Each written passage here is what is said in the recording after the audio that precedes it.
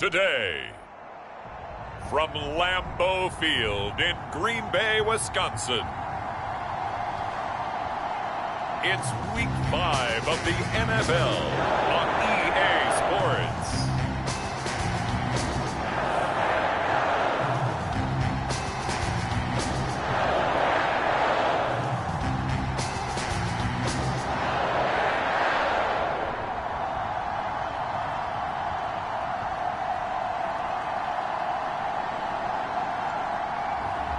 It's the Green Bay Packers taking on the Atlanta Falcons. This place first opened way back in 1957. We are inside legendary Lambeau Field here in Green Bay. No team means more to a city than the Packers to Green Bay, and this was the scene a few moments ago as the green and gold made their way out of the historic tunnel. They're ready to go as they get set to match up with the Atlanta Falcons.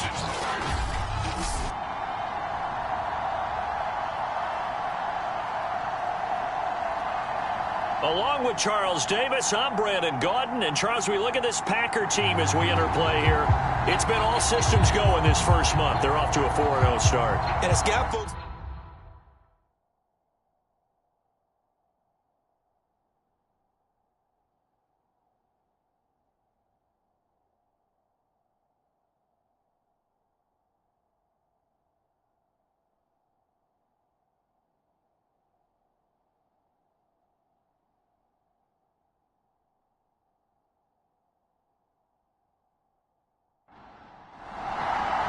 The first quarter of the season already in the rearview mirror, and off we go in Week 5 on EA Sports. Returning it, Isaiah McKenzie. And he'll take it up past the 25 to the 26-yard line. Here we go with the Packer offense guided by their decorated QB with a long list of Pro Bowls and other accolades next to his name, of course. Aaron Rodgers leading the way. It's a pretty bland game he had last time out.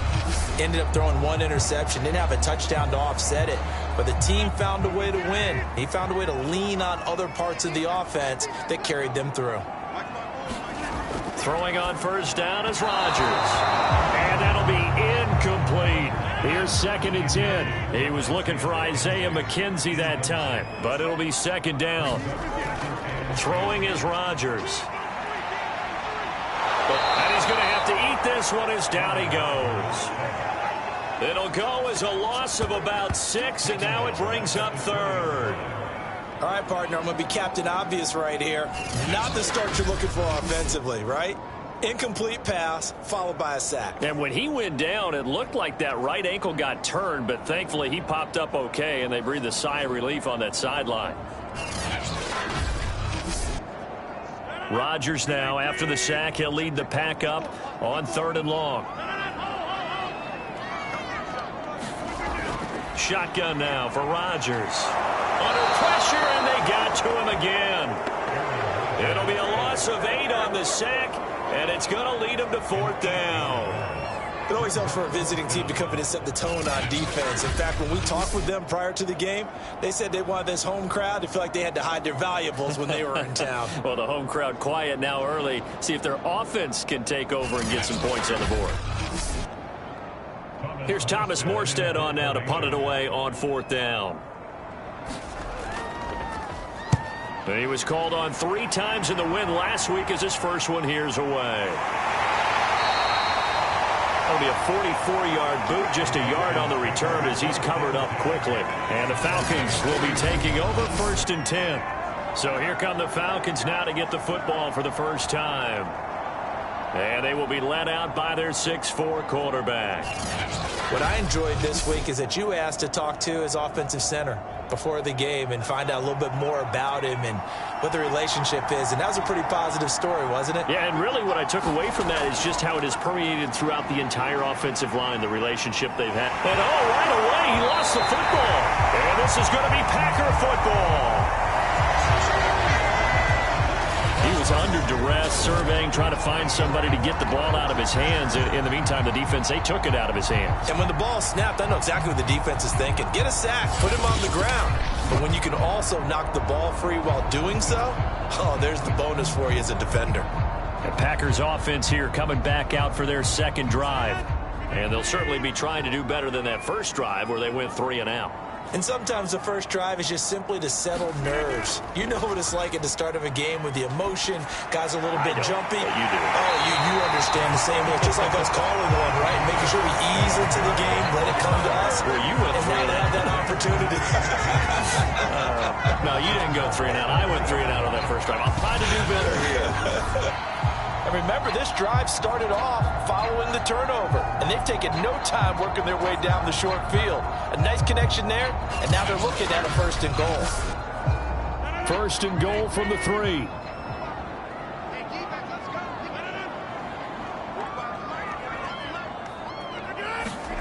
Now Rodgers. Touchdown, Packers. A great play there. His 5th touchdown now on the year. And the Packers on just 2 plays have taken the lead.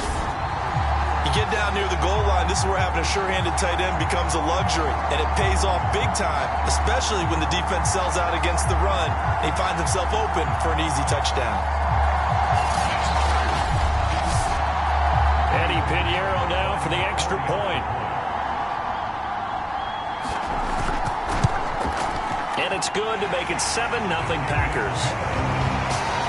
Well, that drive started with not a whole lot of real estate in front of them. In plus territory, excellent field position. 2 plays later, pay dirt. Now after the touchdown, here's Pinheiro to kick it off. And no effort to bring this one out. It's a touchback. So for the second time in this one, we get set to see the Falcons offense. And last time, not only the turnover, but that turned into 6 points. They got to make up for that here. We always hear about empty possessions, but some are worse than others. You can have an empty possession, punt the ball away, get yourself set to play defense, but when you turn it over, it changes momentum, and when they take it downfield and punch it in on you, that's a bad possession all the way around. Yeah, but you're hungry to get back out there, aren't you? You better be, because otherwise, it's going to be a long day for you. 4 yards the gain, and it'll bring up a 3rd down.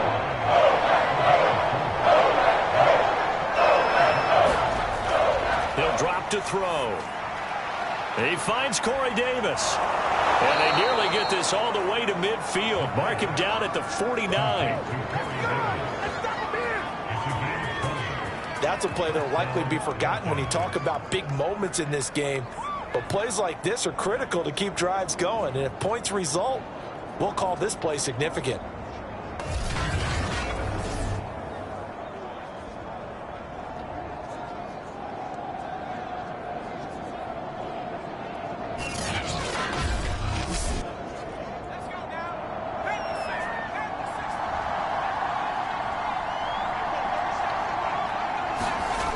They'll look to throw now on 1st down.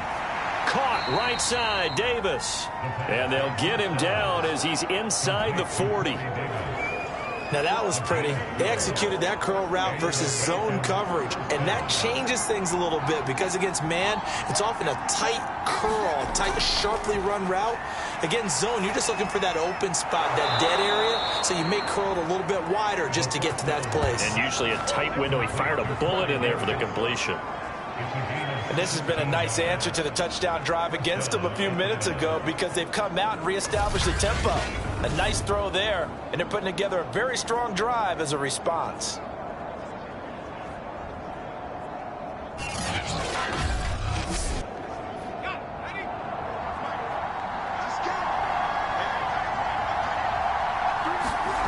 Back to throw again. And he's going to be taken down here. A sack back at the 32. Marcus Davenport able to record his 5th sack of the season. Remember, they had the nice gain on the previous play, but they just gave a lot of it back right there on that sack. Yeah, they get the sack, get back some real estate. Felt like the type of play that can spark a defense and swing some momentum. Almost felt like a take that type of a play, didn't it, partner? Back quite a ways here, facing 2nd and 19. The They'll set up a throw. And that is incomplete. Nearly intercepted. The free safety couldn't quite get his hands around it, and it brings up third down.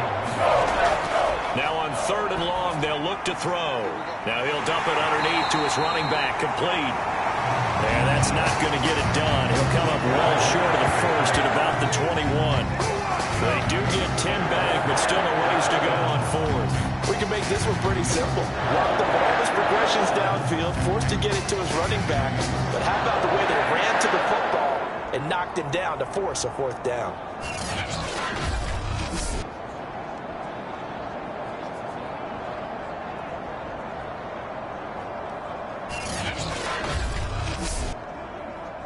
So out now comes the field goal unit for the Falcons. From the right hash, it's a 38-yard attempt. And his kick is good. And they are on the board, but still trailing. It's 7-3.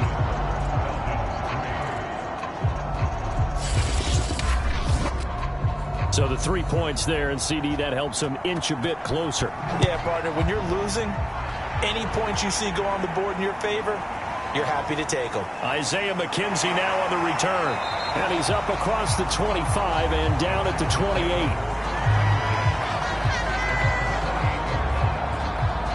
So here are the Packers now to take over. They're working on a 4-game winning streak, and they lead this one as well right now as they start 1st and 10.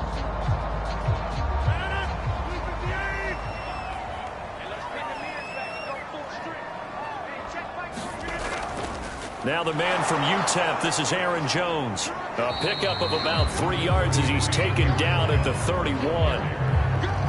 The numbers on the ground for Jones last week, pretty good as he found himself in the end zone on 2 separate occasions. And those are the most important numbers because no matter what you pile up prior to the goal line, getting in is all that matters. Putting those numbers up on the board, and they love them when they're 6s. 2nd down, another shot for Jones. And he'll be tackled at about the 35.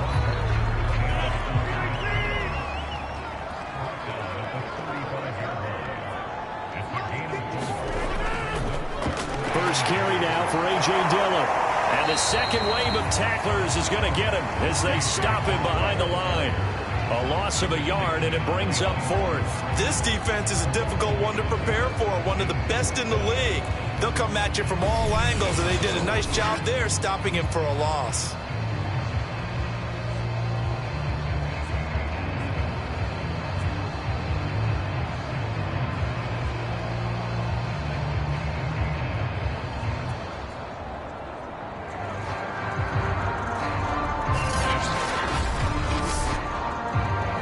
Thomas Morstead now as he's on to punt for Green Bay. His first punt, 48 yards. This one looks equally as good. A 47-yard punt, maybe a couple on the return. And the offense will take over with a new set of downs. Atlanta regains possession of the football. And last time able to get 3. It's not what they wanted. They wanted 6, but they got at least something. They mustered something out of the drive. They'll take it. I like the way you've described it. Not ideal, but they'll take it. Anything to put some points on the board. But this time on offense, they don't even want to see the field goal kicker. Pressure gets to him, and down he goes. Back at the 4-yard line. Marcus Davenport in there to get him, and that is sack number 6 now for him on the year. That's 3 sacks now. That's not much of a surprise to me, nor should it be to you. This team, they lead the league in sacks. Yeah, they do. This is something that we are starting to witness time and time again.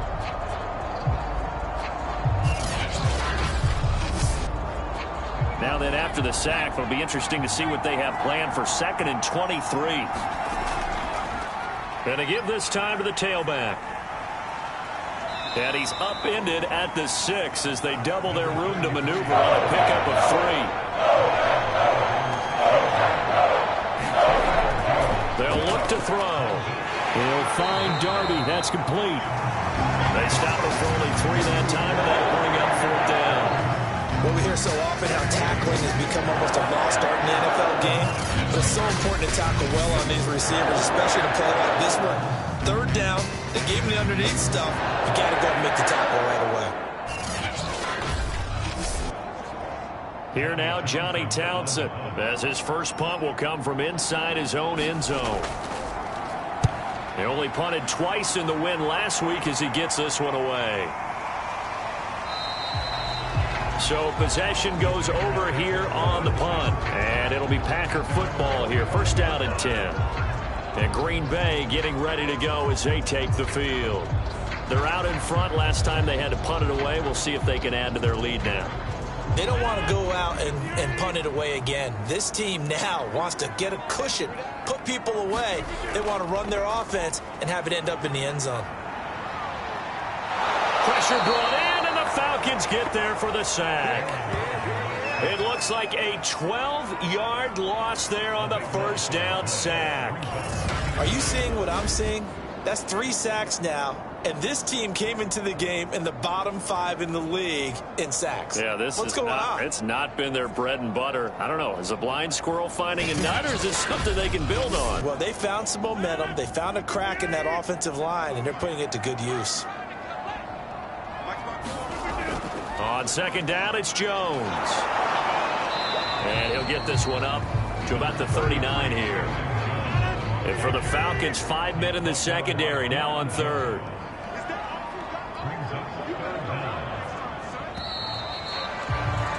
After one, 7-3 the score on EA Sports.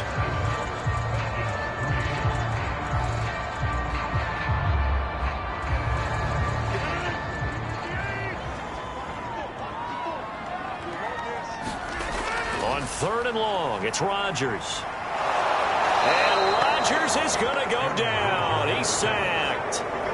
Call it a loss of 4 there on the sack. And speaking of the number 4, it brings up 4th down now.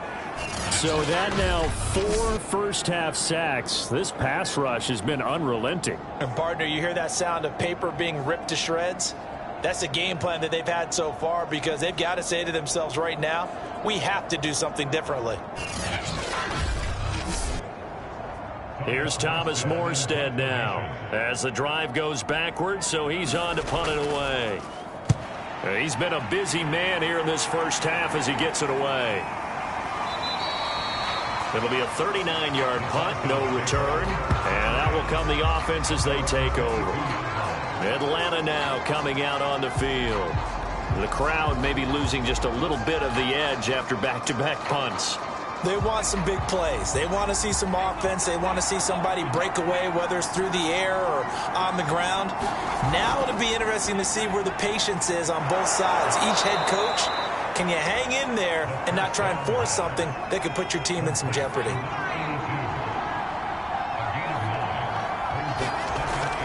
Here's a play fake as they set up to throw. Open man is Kyle Pitts, his tight end. And he slips up past the 45 before being tackled. Good job there of getting his tight end involved, because he lines up on the right side of the formation, just works his way across the field. I really like how they were in sync on that one. He spotted the open gap in the zone, and his quarterback found him, and they get a first down.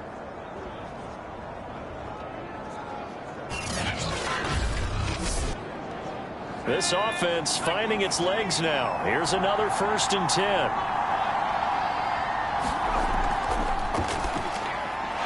There's a throw over the middle. It's taken in by his tight end.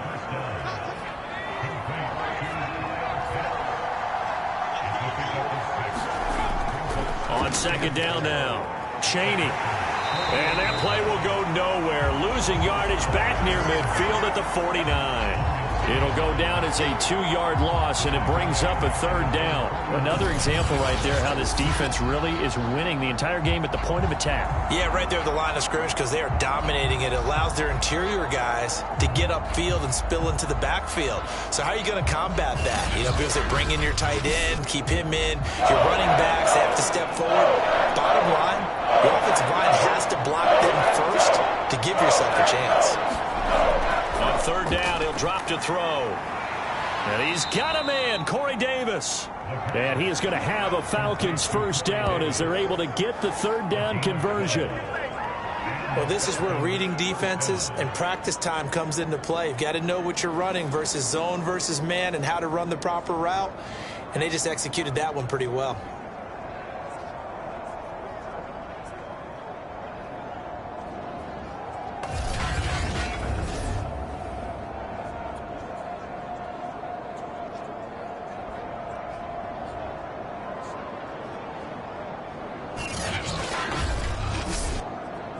So into Packer territory now. Here's 1st and 10 at the 39-yard line. Now flags come flying in. One of the Falcons moved early. Now they nabbed the rookie there for the 5-yard penalty. So much going through his head. You know it just has to be, right? All of his assignments and realizing every game he plays, one of the better players in the league will be opposite him. And he'll give it here to his running back. And a nice run to get him past the original line of scrimmage. A gain of 7. It's 2nd and 8 now. They'll look to throw here. Going right side here, and that's complete. And this is going to result in another 1st down as the tackle's made at the Packers' 23.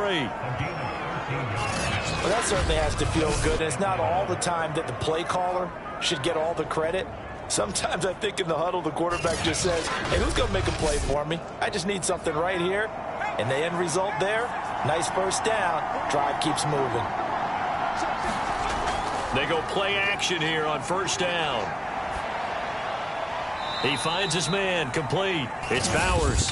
And a penalty flag down as he gets only about a yard. Now let's listen in on the call.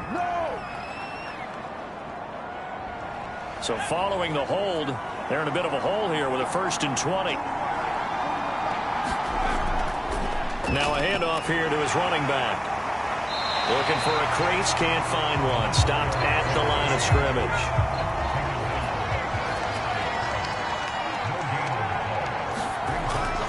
From the shotgun, he'll look to throw. And this one incomplete.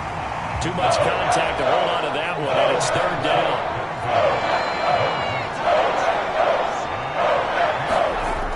Back to throw. And the Packers give him nowhere to go, and they bring him down.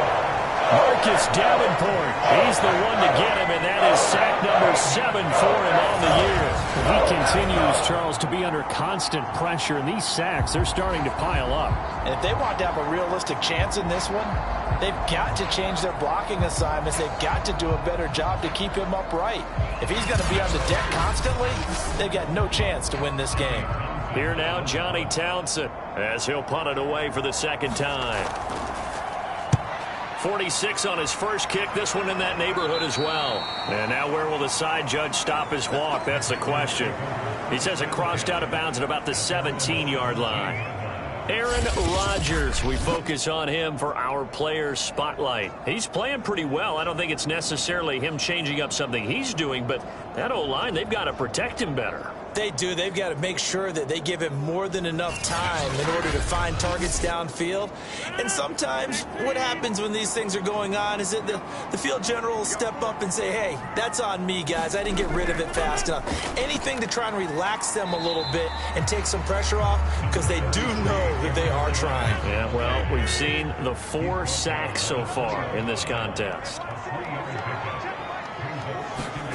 On 2nd and 7, Rodgers, the throw on target to his receiver, McKenzie.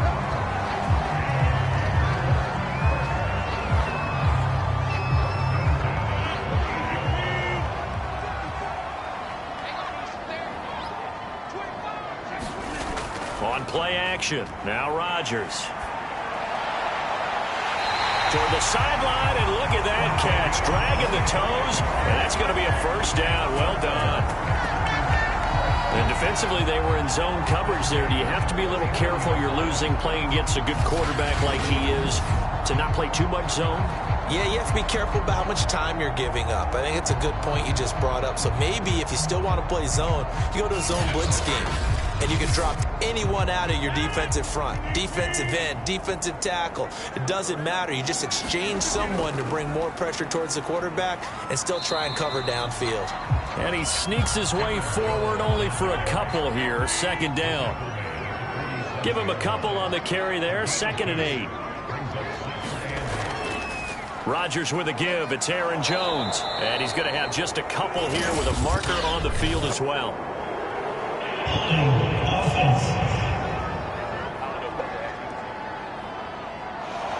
And they get the guard, John Runyon. They'll come up now on a 2nd and long after the hold. Now it's Rodgers. It's a short one here, complete to his tight end. That's a gain of 11. Would have been a first down if not for that penalty moments ago. He's a rookie, and you don't want to get hung up on the word potential. But when you see him make catches like that, you keep thinking to yourself, he's good now. He's got a chance to be great with plenty of work. And they'll need the 39 here for a first. This is third down.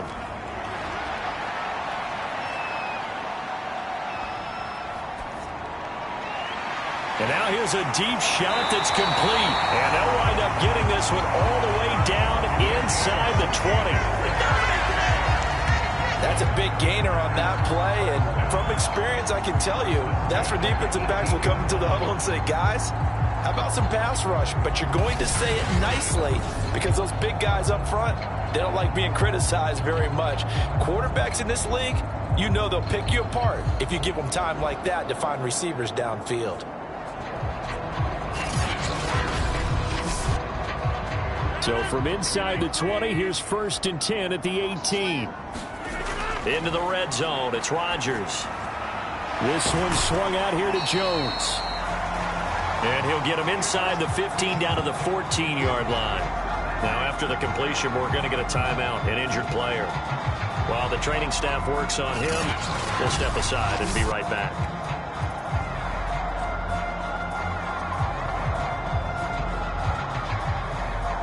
Second and 6.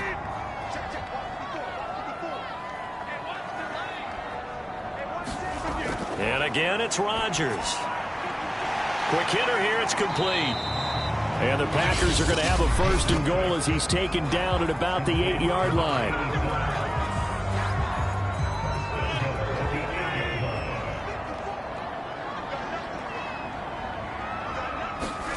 Here's Rodgers to throw.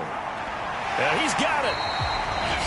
Now the Packers going to go ahead and use the second of their timeouts as the stoppage will come with a little under a minute to go in this first half. From the 2 now, 2nd and goal. Rodgers going to throw. To the goal line, but it's incomplete. Stonewalled on 2nd down. Now let's see what they can do on 3rd and goal from the 2. They'll try and run it in with Jones. And he'll take this into the end zone for a Green Bay touchdown.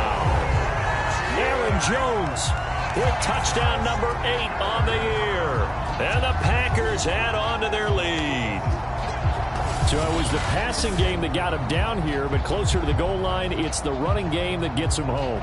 Certainly appears that they lulled the defense into thinking that the passing game was going to be it the entire drive. Nice change up there going to the running game to get him over the goal line. Pinheiro now to add the extra point.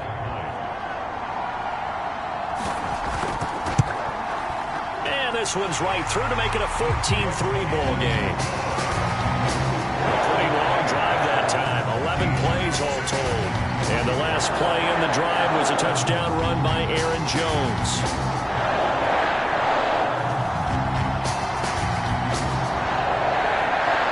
Now after the touchdown, here's Pinheiro to kick it off.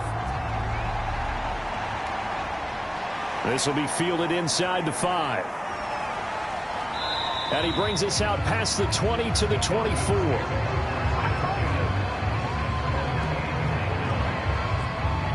There again is the running back as he trots onto the field. He's just been looking for some space. I'm not going to pin it on him or the offensive line, but they need to get this run game going better. Sometimes you just have to credit the defense. They came in with a plan themselves. So I think now you try and mix things up a little bit.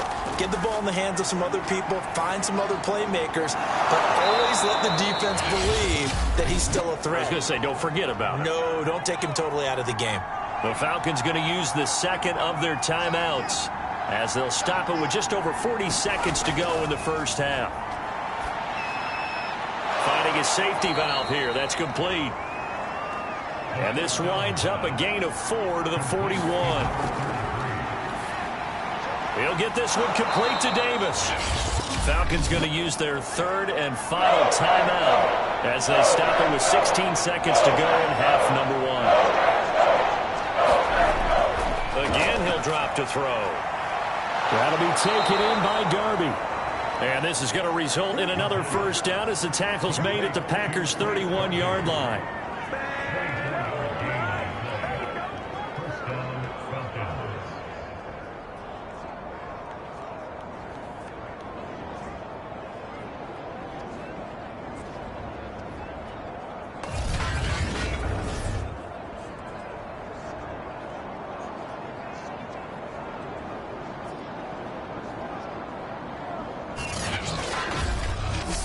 So we're at halftime here at Lambeau with the Packers taking the lead to the break as we send you down to Orlando where Jonathan Coachman has our EA Sports halftime report. Coach. Okay, Brandon, thank you very much. More from you, too, in just a bit.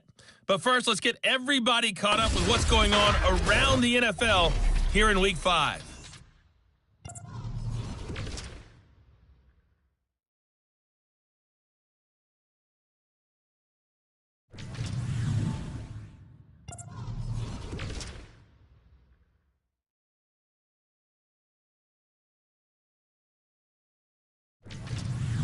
Lastly, let's check on one final game for you. And you can see they are scoreless as they play the second quarter. In our game has been Aaron Rodgers, who was on target in the first half. His guys have the lead as we'll hand it back over to our commentators, Brandon Godden and Charles Davis. All right, Coach, thank you, and we welcome everyone back for quarter number 3. Taking it about the 1. And able to get this across the 20, but not much further as he's dropped it to 23-yard line. And the Falcons ready to go back to work to start the third quarter. And they're still very much in this game, although they do trail. What's the game plan, Charles, for the second half? It might be a little counterintuitive because most people will think losing equals passing the ball more, but I'd establish the running game. They kind of went away from it in the first half. I think if they get back in balance, it'll help them when they put the ball back in the air. And they're going to get him behind the line yet again as his nightmare afternoon continues. A loss of a full 3 yards, and now it's second down. This defense is just flat getting after it. They have not given up much of anything in the run game. Case in point right there.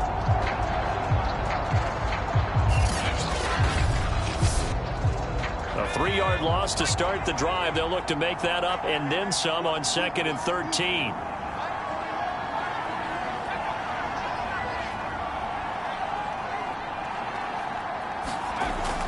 They'll keep it on the ground. Chaney. And he is going to be stopped cold behind the line of scrimmage. 3rd and 15 coming up after that loss of 2. I know they'd love to take some heat off of that young quarterback, but so far, not much in the running game, and this won't help things either. A loss on that play.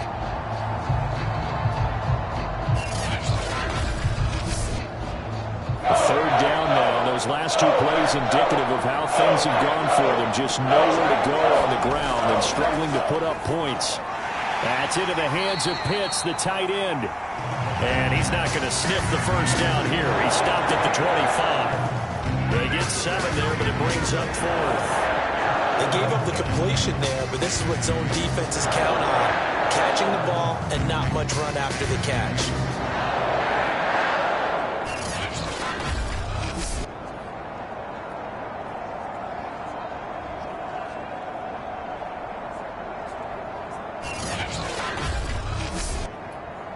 Here now, Johnny Townsend, as he's on to punt for Atlanta.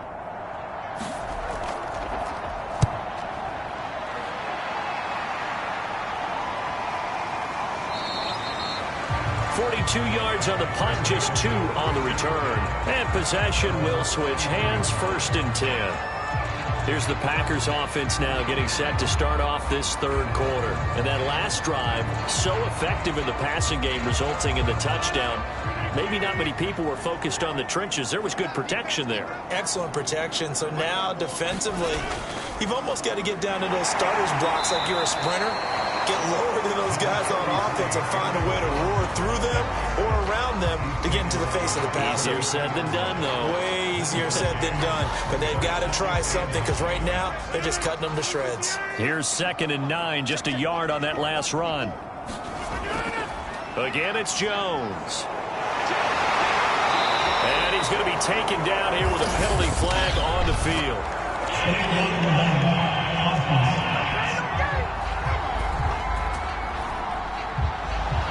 So that one will be accepted.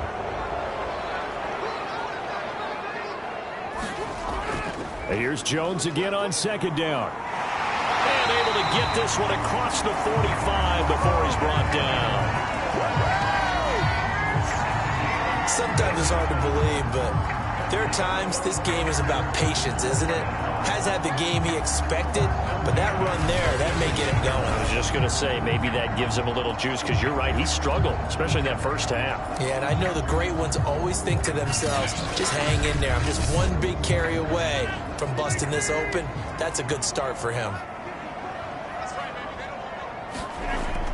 Now a first down carry by Jones. A nice little juke. And he's over midfield and into Falcon territory.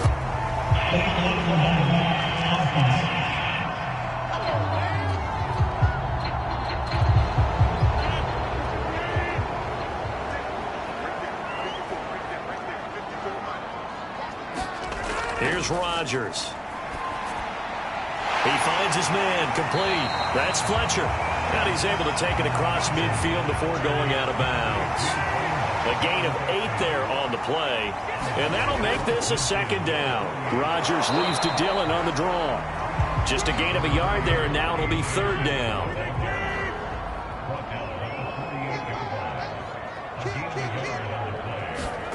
To throw is Rodgers. It's a short one here, complete to the tight end. And he's going to have a Packers first down as they're able to get the third down conversion. And now we get into the psychology of the whole thing, because a lot of teams with a 2-score lead in the third quarter, they almost become defensive with their offense, just playing not to lose. I think with this team, you got to figure at this point, this is a great spot for them to go into attack mode, really try and put the hammer down and finish this one off. They'll run on first down. It's Jones. Fletcher Cox there for the tackle. After the pickup of 5, here's 2nd and 5. Throwing now is Rodgers. And, he's unable to hold on to that defensively. A potential game changer, but it falls incomplete. To throw, it's Rodgers. Throw over the middle, caught by DeGuara. And he's going to have a Packers first down as they're able to get the third down conversion. And that's well executed there on third down, and I love the confidence that they had to let their tight end try and find some space in the middle of the field, right in their quarterback's line of vision. And QBs love to make that easy throw, and they hooked up there for a first down. Line of scrimmage, the 15. It's 1st and 10. They go back to the ground with Jones. And all the way down inside the 5 to the 4. 52 yards rushing for him now on what was his 10th carry of the ball game. A lot to praise on this drive, obviously. I know you're seeing what I'm seeing. Those guys up front, they're getting it done. Doesn't matter what play is called. They are handling their business at the line of scrimmage and dominating right now on this drive.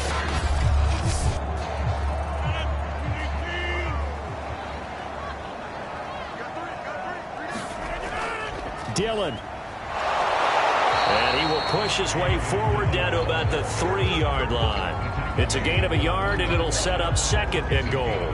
Good first step there defensively, but they're still knocking on the doorstep, so maybe another run here? I think so, and one of my favorite coaches used to say, son, if you can darn near lay down near the end zone and get in, give me my best power running play with my best back right now. On 2nd and goal, Rodgers, it's complete, touchdown! A great effort there. With his 2nd TD of the game, his 6th on the year. And the Packers add 6 to their lead. Always important to get the first score of the second half. Now you start to pull away a little bit and get some breathing room going. And now we find out about the fortitude of the group that's behind, because they were counting on getting into the game a little bit more, right? Maybe they get the first score. That doesn't happen. It looks almost insurmountable, but it's not. Let's see how hard they play the rest of the game. Pinheiro now to add the extra point.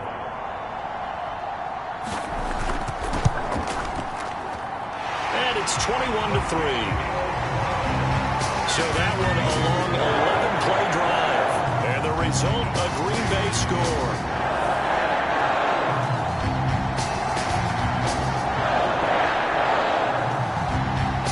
Now after the touchdown, here's Pinheiro to kick it off.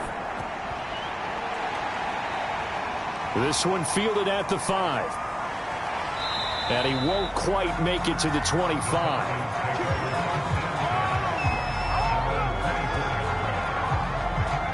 Here comes the Atlanta offense now ready to take over here. And on the last go-around, they really couldn't get anything going. They had to punt from deep inside their own territory, which means they're going to lose the field position battle as a general rule. What they're looking for now is a little more consistency, move the ball at least a few times on offense, get a couple of first downs, and hopefully flip the field. Yeah, just something to build off of. That's what they're looking for here. Packer pressure, and down he goes. Rashawn Gary able to record his 5th sack of the season. This defense, they just continue to feast. 5 sacks now as a unit. It's been quite an afternoon getting to the quarterback. And we're seeing it come from a variety of places as well. Sometimes just the guys up front getting to him. Other times you add extra guys rushing the quarterback, twists and stunts. It's been a variety, and they've had no way of blocking them. And they need to work to at least get some of this yardage back after the sack. 2nd and 19. Here's a handoff out of the gun. And he's going to lose yardage here back to the 14-yard line. They lose 2 on that last play, so things get even tougher. 3rd and long coming up. Well, we saw a lot of negative plays that resulted in plenty of lost yardage in the first half, and that trend is continuing here.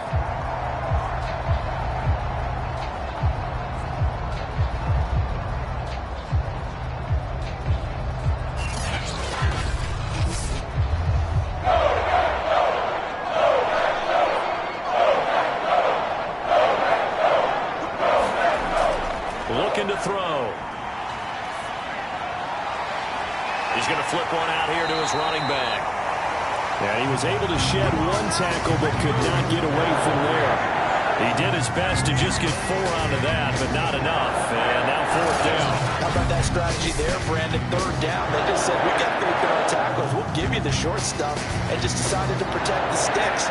So every time I hear fans telling me tackling's not a part of the game anymore, plays like that, I can clip and save and show them you have to tackle well if you want to be a good defense.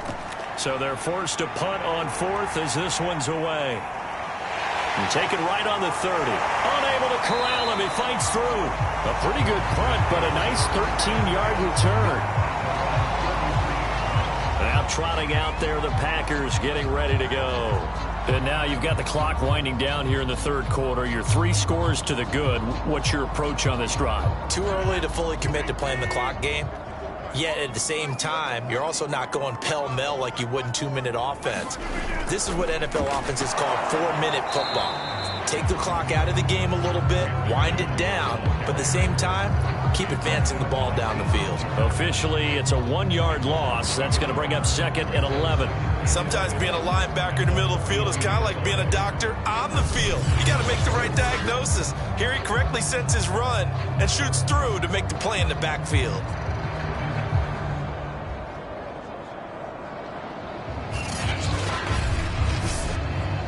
After the loss to start out, here's 2nd and 11.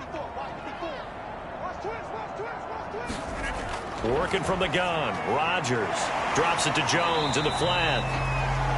Call it a gain of 6 on the play. And all of a sudden here, it's 3rd down. Now Rodgers. And he is going to be taken down. And that should be the final play of this 3rd quarter. 3 quarters have come and gone. You're watching the NFL on EA Sports. Here's Thomas Morstead now, as he'll punt it away for the 4th time today.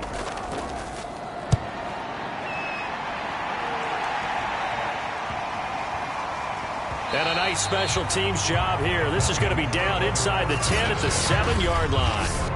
And for an offense that is struggling, this is not where you want to start from. Great punt. Fantastic punt. And for all those who wonder, what do punters do during the course of practice each and every day? The best ones do what we just saw there. work on positioning the football and helping their team.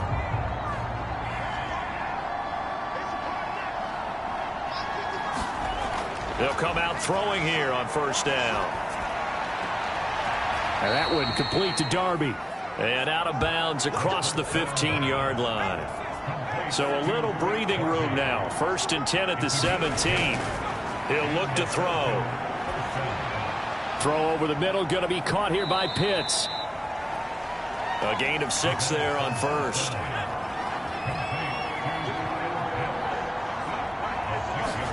Second and 4. Looking middle, and it's incomplete. At this point, down big, you'd have to imagine this defense are just going to sit back, blanket the field as best they can. Yeah, this is actually the easy part of the game for them because, just as you noted, they can sit back, keep everything in front of them. They blanketed the field the entire game using a variety of coverages. That's incomplete, but there is a flag down, so hang on. A big call coming on third down.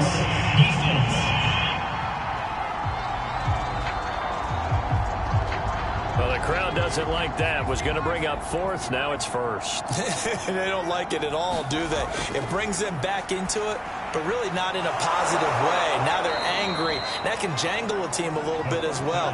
Pass interference ruined that series of downs for them. Well, I can put my defensive cap on right now, and I know they're saying don't give up any big plays now. They've controlled this game throughout, and all they want to do is see it through to the end. I think they let their guard down a little bit with that last completion. Sometimes when you're trying not to give up bigger plays, you don't react as fast as you should on other throws. Now a man open down the middle of the field. And now look at this. Big gain, but a fumble. And the Packers pick it up. And his guys will take over at the 30-yard line. And with that kind of a deficit, you can't afford to make any kind of mistakes. But it's been pretty symptomatic of what we've seen all game with them, isn't it? Down this big in the fourth quarter. You'd say an afternoon to forget, absolutely. Green Bay's offense ready to go again. And they have to be feeling pretty good. Comfortable fourth quarter lead as they take over following the fumble recovery. They'll start the drive with a carry by Jones. And he'll work this forward for about 3 at second down. The last run got 3. Now here's 2nd and 7. They'll go again to Jones. And he'll get this one up to about the 39 here. The Packers on third down. They're at 50%, 4 for 8. They need just a yard here. It's 3rd and 1. And it's a short one here, complete to his tight end. And he's going to have the Packers first down by a couple of yards as they're able to convert there on 3rd and 1. He's been the go-to guy. They needed a big play there on third down. Went his way. It worked out. Doesn't matter whether they've scouted it or that they think he's going to get the ball. He has a knack for finding his way open and completing the connection.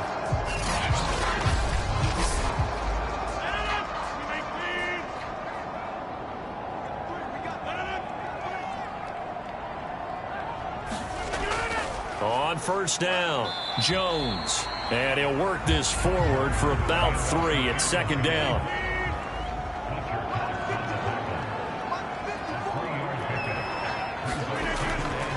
On second down, it's Fletcher.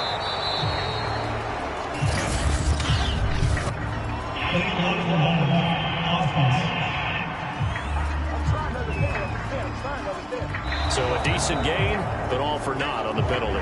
It's too bad, isn't it? They were feeling pretty good about it. Only people celebrating, the guys who just gave up that play.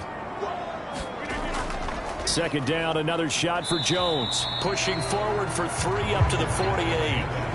The Packers on third down. 5 out of 9 thus far. This will be 3rd and 5. Rodgers now to throw. Firing quickly here, and that's complete. And he's going to have a Packers first down as they're able to get the third down conversion. When you have someone throwing it that well, that confidently, you don't have to call the game in fear at all, do you? You just go ahead and play. Yep, confidence with a lead to throw it here in the 4th, and boom, he's on the money. Yeah, you don't have to tuck your head in and go like turtle at this point. You can just go ahead and play. From Falcon territory now, here's 1st and 10 at the 39-yard line. How about this? They'll try the option. Left side. And he's going to get this inside the 30.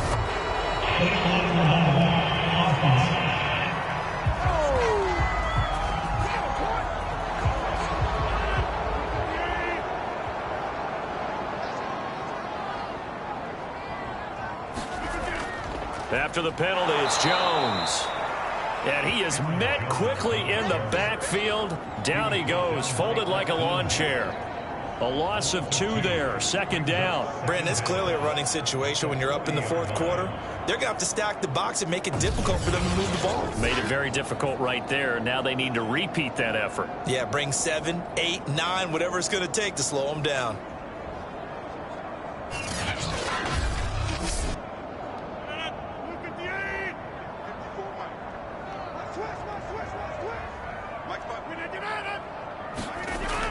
Here's Jones again on second down. And the lane closes up quickly as he'll get about 3 down to the 38. In search of 8 yards on third down. They've already converted 2 of these on this drive, 2 for 2. And that's going to wind up incomplete. Nearly their first pick of the game, but it does bring up fourth down. So now the Packers turn things over to the special teams crew. They're on for the field goal try. This officially a 55-yard attempt.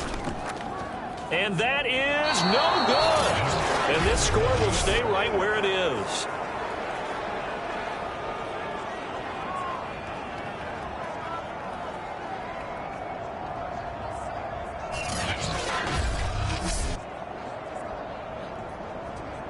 The Falcons ready to take over. Their mini 2-game win streak appears it might be going by the wayside unless they can pull a rabbit out of their hat. Well, they can probably live with that with this late lead in the fourth quarter. That's one of the few things that's gone wrong. You're exactly right. This one was well in hand. That kick there was more for cosmetics, to add to their score. Not getting it, that shouldn't harm them at all. Now the result here, a pickup of 8. Leaves them with 2 to go on second down.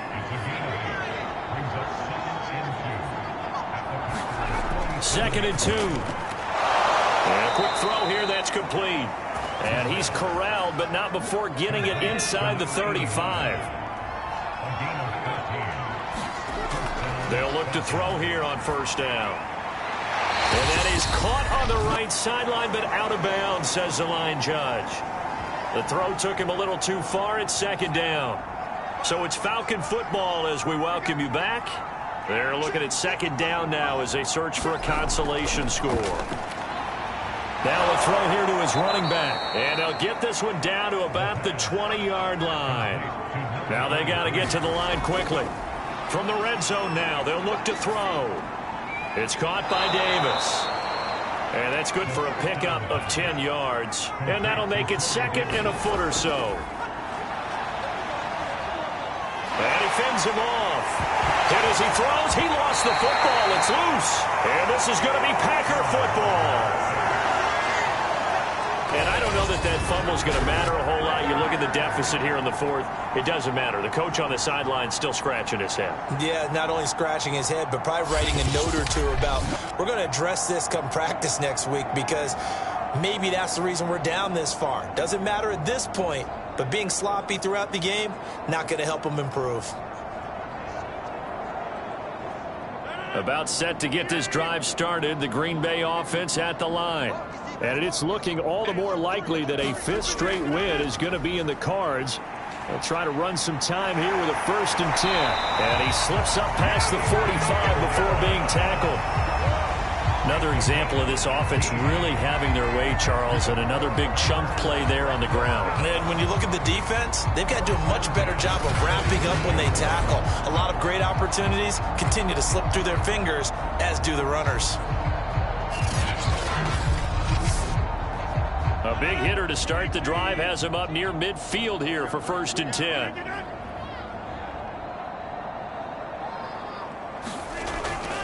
Here's Dillon. And he's going to take this one down inside the 45. The last run got 9. That leaves him with 2nd and a yard.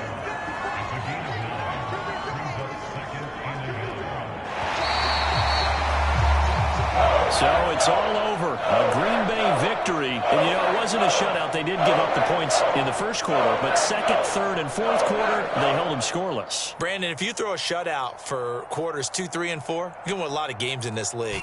And this felt a lot like, almost like if you say baseball, and the pitcher goes through the lineup the first time and the hitters get to see him, and then they come out after that and the bats start blazing, right? I think they saw their best stuff in the first quarter and just shut everything down from that point on. What a great, convincing performance. So for the Packers, they improved to 5-0 now on the young season. And they'll get to stay home again next week as the Pittsburgh Steelers come to town. Meanwhile, for the Falcons, the loss will move them back to 3-2 on the year. And they'll have a chance at redemption next week at home against the Los Angeles Rams.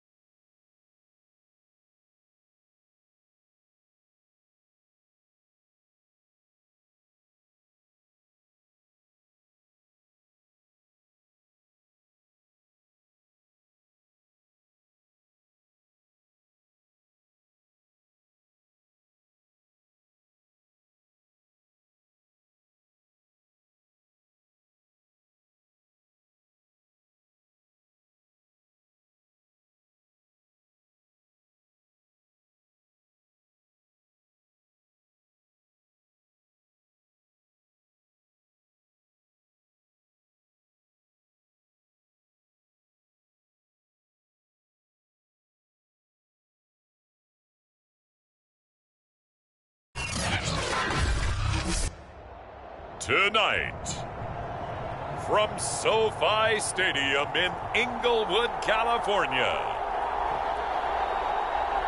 it's Sunday Night Football on EA Sports.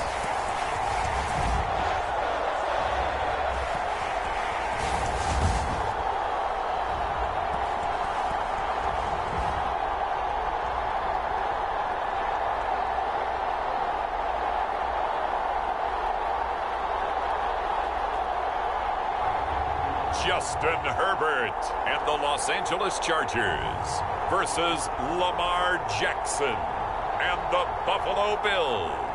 Night beginning to fall over Southern California, but the lights are shining bright here at the spectacular SoFi Stadium in metropolitan Los Angeles. Tonight, we've got a great Sunday night matchup between the Buffalo Bills and the Los Angeles Chargers.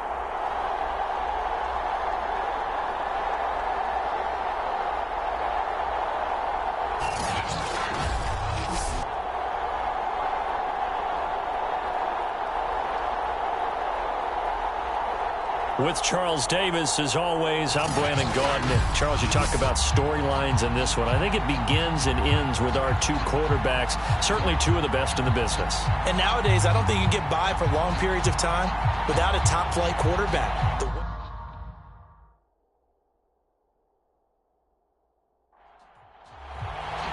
The first quarter of the season already in the rearview mirror, and off we go in Week 5 on EA Sports. And here comes a return from just beyond the goal line. And a nice return sets him up pretty good here right at the 30-yard line. So here come the Bills on offense for the first time. As we get a look at a guy who grew up in Florida, played his college ball, of course, in Louisville. It's the electric Lamar Jackson. And I thought it was a really nice performance last week by him. 3 touchdown passes.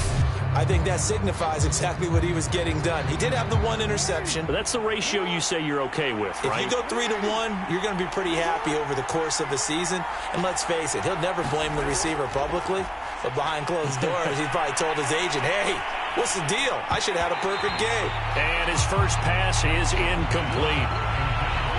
After the incomplete pass, here now is 2nd and 10. Jackson. That's caught by Gabriel Davis. 9 yards, and that leaves him just short, so it'll be 3rd and less than a yard.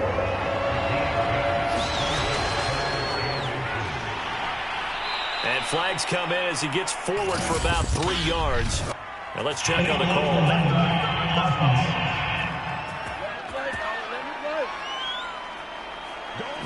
An extra cornerback now in the game for the Chargers here on 3rd. Now it's Jackson. And the Chargers rush is going to get there. Down he goes. The safety blitz turns out to be a great call defensively as they sack him for a loss of 9. The defense is always talking about not letting Lamar Jackson get comfortable. A good job there on his opening drive of making him uncomfortable. And you're talking about doing it so early in the game because all week long, there's been anxiety on the defensive side of the ball. How do we keep this guy hemmed in? How do we tackle him? To get it done that early, that's got to feel great for them. The Bills send the punter out. He'll kick it away after a 3-and-out on the opening drive of the game.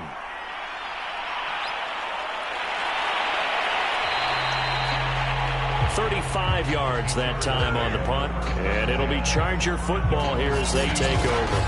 Here are the Chargers ready to go on offense, led by their first-round pick in 2020, the man out of Oregon, Justin Herbert. His game last week reminded me of the old song, Accentuate the Positive, because that's about all he did, right? Yeah. 3 touchdown passes, over 300 yards in the air, receivers happy. And they got the win. Got the win. If you're a running back that likes to catch passes, they're happy as well. Big-time game. And he takes this up right near the 45-yard line. Call it a gain of 4 on first, and that'll make it 2nd down. A shotgun snap for Herbert. And incomplete. It was Teron Johnson that time who had that play covered from the start. So after the 2nd down incompletion, they'll come up now against a 3rd and 6. Here's Herbert. Nowhere to go for Herbert, and he's going to go down. Carlos Basham drops him for a loss of 10, and it's going to be 4th and long. Well, here's where having mobility sometimes can work against you as a quarterback. He thinks he can retreat and outrun the pressure. But that time, they zeroed in on him and took him down for a big loss, partner. A really big loss.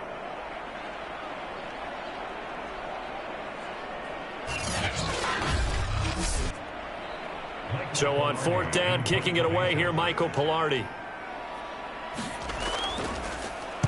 He punted 5 times in the win last week as this one's away. 39 yards on the punt, give him just 1 yard on the return. And the Bills will take over the football with a 1st and 10. So here come the Bills out for their 2nd drive. And they have the game here followed by the open date on their calendar next weekend. And Charles, this is a crew that you have to think really is relishing the opportunity to be on the couch for a few days.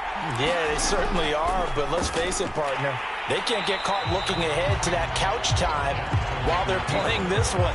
They've got to take care of business first. 2 yards the loss, 2nd and 12. Defensively, he has been a presence in their backfield in the first half. Had a sack earlier, and now he comes up with a big tackle for a loss.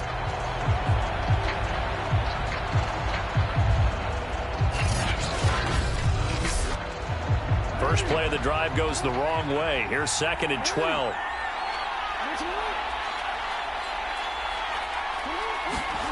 Jackson from the shotgun. And that is caught. It's Davis. And he takes us beyond the 35 before going out of bounds. But it appears that they read man defense and went to the out route. And what you have to do on that one is the receiver's got to make sure he works the defender towards the middle of the field to give himself space to cut to the outside and have that ball delivered with good timing. And they got it done. Line of scrimmage, the 37 on 1st and 10. Play action. It's Jackson. And he's going to be brought down here in the backfield. Credit the sack to Joey Bosa. And this is what you've got to do against a quarterback like him. You've got to keep him in the pocket and not let him get to the perimeter, because once he gets outside, that's where he can really hurt you.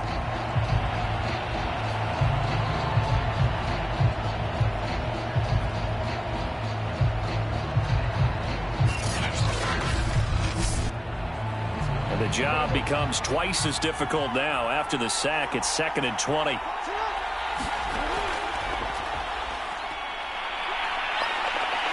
And he'll take this up near the 35, maybe the 34. Now that gets back some of what they needed, but they're still stuck here with a 3rd and 13. Defensively here, you're facing a top 5 team in terms of points scored in the NFL. So when they're that high-powered, you got to find a way to hold them under 20, because to me, that's the magic number. 20 points scored, you give yourself your best chance to win. So if they're up around 24, 28, 30, they could be in some trouble. I think so, because then you turn it into a shootout, and that means your offense has to keep pace.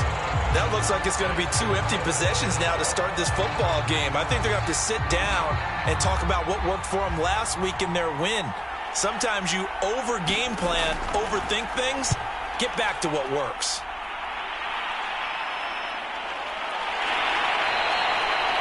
So a change of possession here on the punt. And the offense will take over with a new set of downs. The Chargers get set to go here for their second drive. And on the first drive, 3 and out. And I know that these are professional athletes, but I would imagine sometimes you get the nerves at the beginning of a game still, don't you? Those don't ever go away. And typically what I've heard from guys and what I remember from playing, if you don't have nerves at the start of a game, it's not going to be a great day for you. You're not really ready to play. So finding a way to harness those nerves and not let them affect you in a negative way, that's what all the guys are looking for. Doesn't matter whether it's a zone coverage or man coverage, the drag route can be effective when it's run well.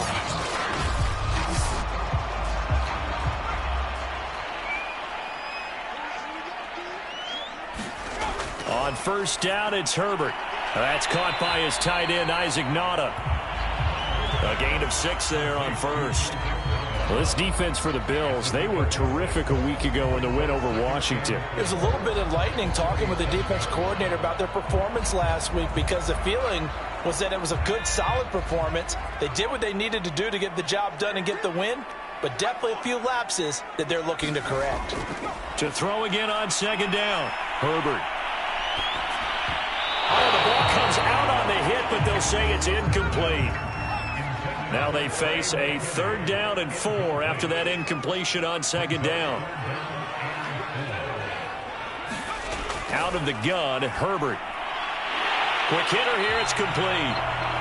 And he is going to have the Chargers first down as he'll be marked down a yard or 2 past the marker following a gain of 6. Did you see that route the way that I did? I thought he was trying to get deep. Yeah, that wasn't the first option. No, it came off of that guy, the deep guy, and came underneath on the drag, completed it very well. A pair of first downs gives him a 1st and 10 up at the 44.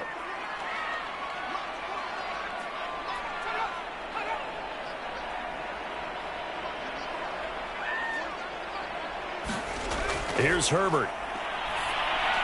And this is caught. First catch for Keenan Allen. A quick check on the numbers for Keenan Allen from last week. 6 catches, 97 yards, and a touchdown. And I get the feeling that he loves this matchup. I mean, the unit he's going against is in the bottom half of the league against the pass. He had to have circled this one on the schedule and said to himself, this should be a big game. Herbert back to the air. And that is incomplete. An incomplete pass on that last play, and that means they'll need to come up with something here on 3rd down. Now it's Herbert. Throwing the out route, incomplete. That's Palmer. And he is going to have the Chargers first down by about a yard as they find a way to convert there on 3rd down and 5. We've seen quite a bit of the short passing game here early on first quarter, haven't we? We have, and I think it works a couple of ways for this team because, number one, you throw the short game until they stop it. And if they're not going to stop it, you keep throwing it, and occasionally you'll break a tackle and turn it into a bigger gain. Also, if they start to creep up, start to pressure receivers, now you go over the top, take it deep, and now you get some of those big shots downfield. Now left side, a completion to his tight end. That catch good for only a couple. 2nd down and 8.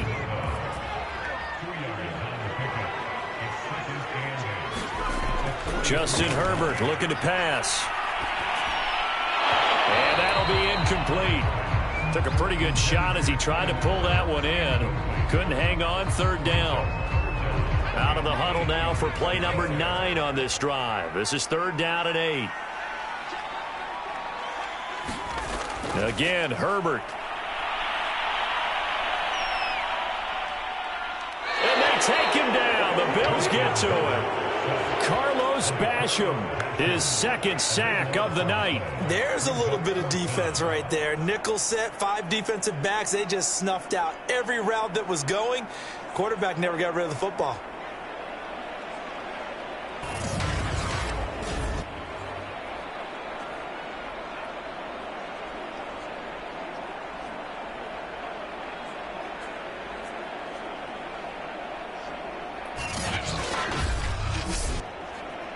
Here's Michael Pilardi now as he'll kick it away for the 2nd time.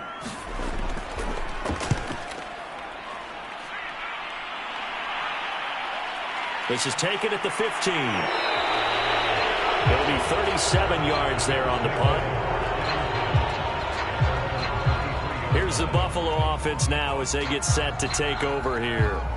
We've seen both of these offenses still sort of in that figuring things out phase, but I suspect some action on the scoreboard soon as they start out here 1st and 10.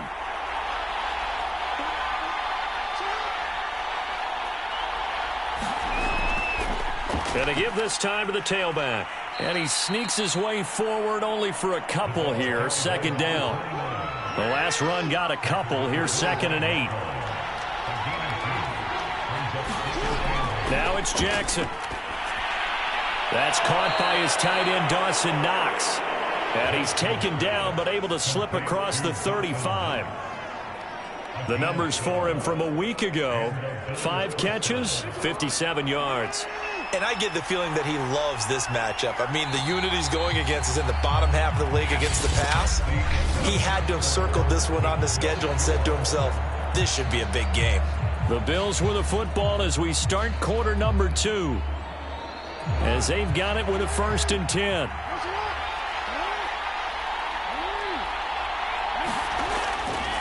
From the gun, they'll try to run it. And this will be stopped at the 44. That one good for 7 yards. So they'll come up after the gain of 7 on a 2nd and 3. Now a handoff looking right. And this time not as successful as he'll get back to the line of scrimmage and no more.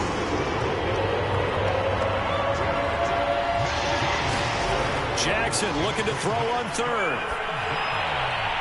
And that will be incomplete. The passing game not in sync here early. And now it's 4th down. On 4th down, the punt team is on as this is sent away. And good hustle here as this is going to be blown dead right at the 9-yard line. So they'll play the field position game here as a very nice punt is going to pin them back. Yeah, it's almost like watching a game of tennis, or do you prefer ping pong? You know, back and forth like that? But it definitely was excellent, wasn't it? L.A. set to take over again on offense. Well, they're going to have to go at least 50, 60 yards here if they want to ensure that they don't have to punt the ball like they did last time. Yeah, so what you're saying is we're not playing to just get out of the shadow of your own goal line, right? You're playing to make sure the punter doesn't see the field again. So it's not picking up a couple of first downs. You want to pick up 5 or 6 first downs and make sure you move the ball into their territory. Throwing again on 2nd down. Herbert, and he fires one incomplete. The Chargers on 3rd down. They've hit 2 for 4 thus far. This will be 3rd and 5. Herbert. Hard throw, incomplete. How about Some applause for the defense there. They forced him to throw that one into coverage, and just like that, they're staring at a 4th down. Well done.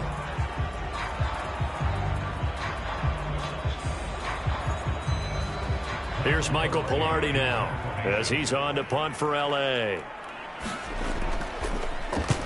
He's been a busy man here in this first half as he gets it away. Called out a 41-yard punt, 6 yards on the return. And out will come the offense as they take over. Buffalo set to get the football back here. They've been playing the field position game thus far. No score, second quarter as they come up on 1st and 10.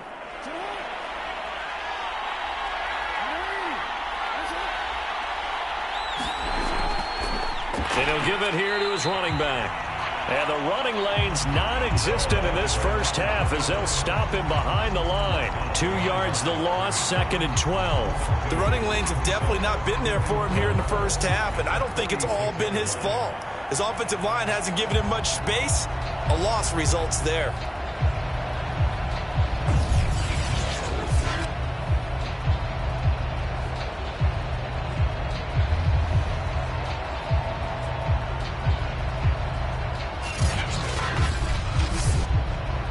The opening play of the drive goes backwards. Now they'll come up on 2nd and 12. From the gun, Jackson. And bringing it in, it's Davis. And he's going to be out of bounds, but not before he takes it inside the 40. An ex-teammate used to tell me all the time, I hate experienced quarterbacks because no matter what, you really can't hide what you're doing. And I think that right there, he knew right away where the blitz was coming from, where his primary guy was going to be, and he ended up going to a secondary target for a nice game. I was just going to ask you, that wasn't the primary target.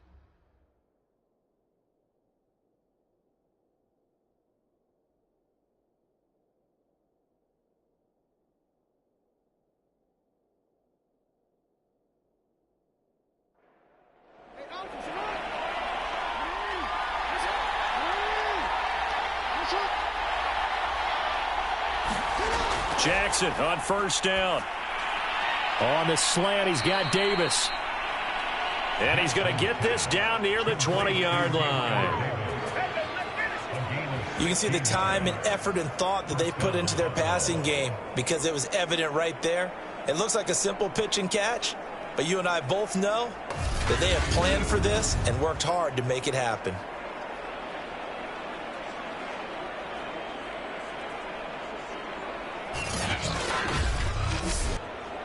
This offense finding its legs now. Here's another 1st and 10. Throwing is Jackson. Quick slant to Brown.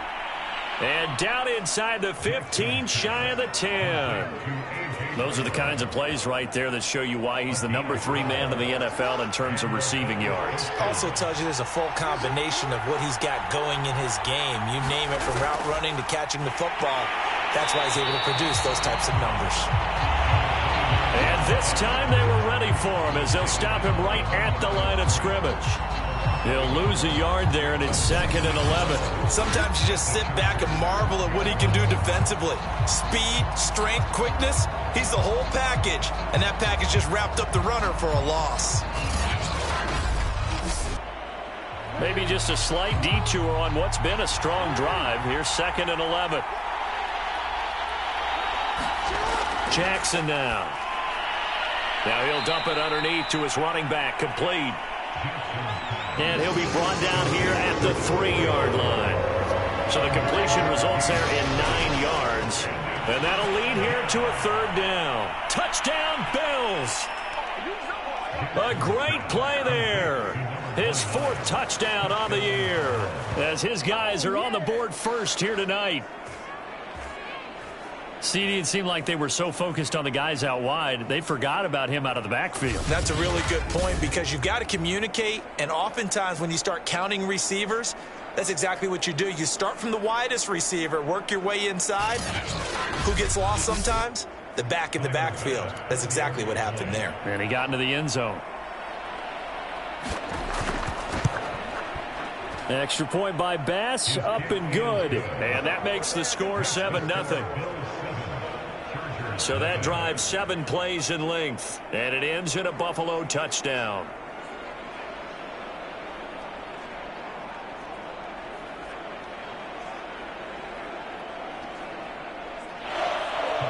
After the touchdown, Bass to kick it away.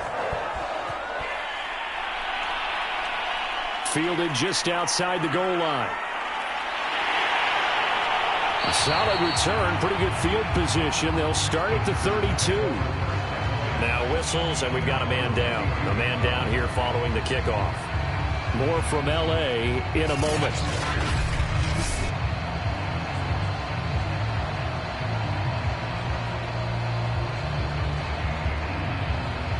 The Charger drive about to get going. So far, they've had 3 drives, 3 punts. Not good. Not good indeed, because you've got to have something to show for being out on the field. Now, sometimes, if you have a game where neither side has scored, 3 punts isn't a bad thing. But when you're trying to set the pace, get up on top in a game, you've got to show better offense and find a way to put some points on the board.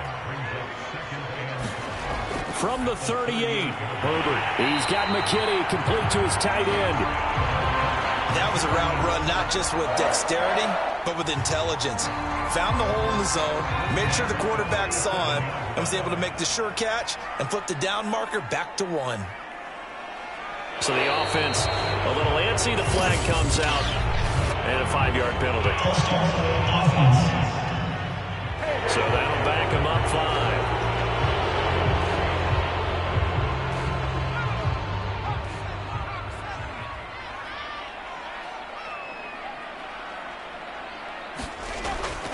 Herbert will give this one to Eckler.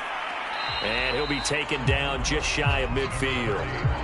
And a nice run to get him past the original line of scrimmage. A gain of 7. It's 2nd and 8 now. Good yardage there on first down. Exactly what you want. Get yourself set up to keep making first downs, keep the clock running. And if they're smart, you're starting to milk the clock. No hurry before you run your second down play.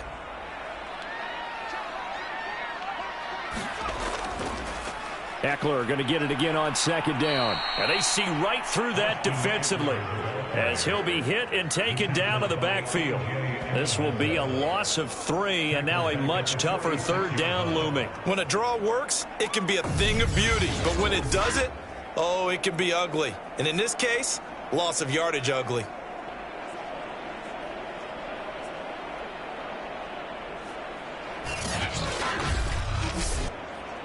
The Chargers on third down, 2 for 5 to this point. This is 3rd and 11.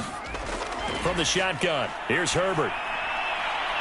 That's caught right side by Palmer. And he goes out of bounds. It looks like right at the 50.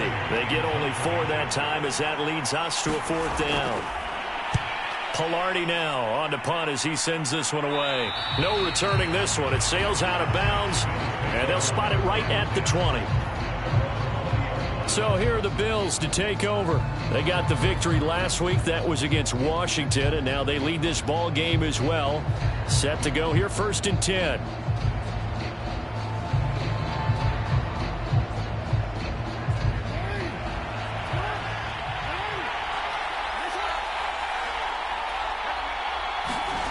To throw is Jackson. It's Knox, the tight end, making the catch. Yeah, this will leave him a yard short. Nice pickup of 9 yards on first down.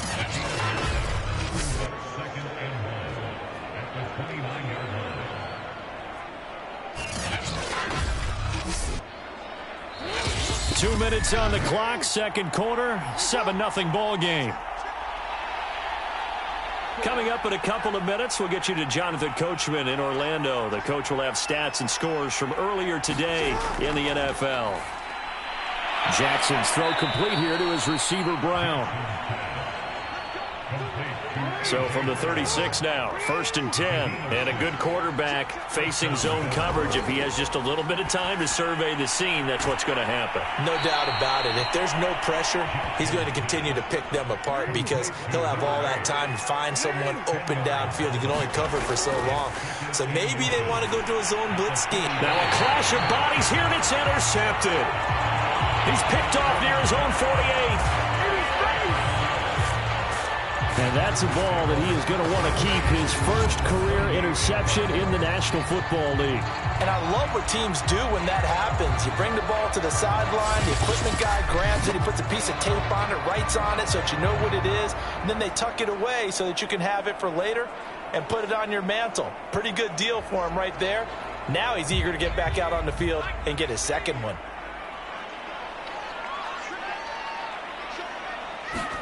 After the turnover, here's Herbert. He dumps it to Eckler underneath. They'll contain him to just 4. Second down. The Chargers going to signal for the first of their timeouts as the stoppage will come with a little under a minute to go in this first half. From the 44, Herbert. Open man is Palmer. And he gets it inside the 35 and just shy of the 30. Now the Chargers will use the second of their timeouts as they get the stoppage with a little over 50 seconds to go in the first half. On 1st and 10, Herbert. And that's going to be incomplete. Too tough to hold on to that one. It's second down. So after the incompletion on first, now 2nd and 10. Herbert's throw taken in by Palmer. That'll leave them with a 3rd and 2 coming up. They got 8 yards there. They like going to him in the slot. He catches another one. I think this comes under the heading of until they stop him, why not go back to it? He has something going really well. Great working relationship with the guy throwing the ball, and they keep making the connection. Herbert throwing again. And he's got his man in stride, complete. And he is going to have the Chargers first down as they're able to get the 3rd down conversion. Chargers going to use their 3rd and final timeout as they stop it with 16 seconds to go in half number 1. Herbert on first down now. To the sideline, and that is a heck of a catch as he was able to get both feet in. From the 5 now, 2nd and a yard. Back to throw here, Herbert. Touchdown, Chargers. Keenan Allen in the final seconds of the first half. And the Chargers have a chance to tie the game here in the final seconds of the half. So a late touchdown here just before the half, and that obviously changes the dynamic of this game. Yeah, in a couple of ways, partner, because they've been shut out up until this point. So now at least they go into the locker room, and Uncle Mo may be creeping over to their side to talk to them a little bit. And second, they're right back in the football game, an extra point away from tying things up. Extra point forthcoming.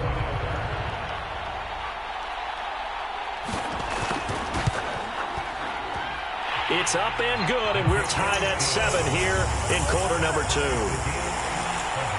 A drive that time of 6 plays, and it ends with the Chargers getting into the end zone. So all even at 7 now as they kick it away.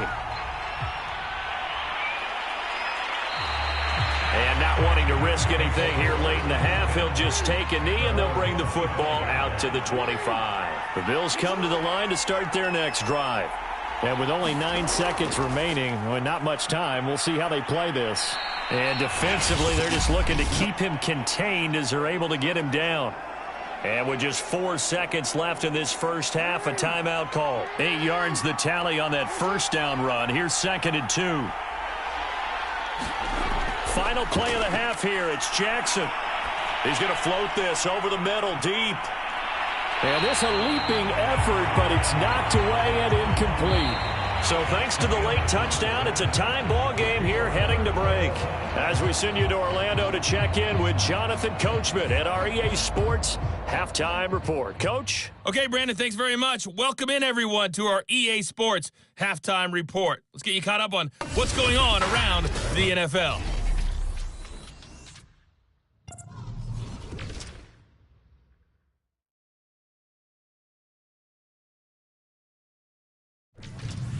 Next, we head off to check out another game. And you can see they are scoreless as they play the second quarter.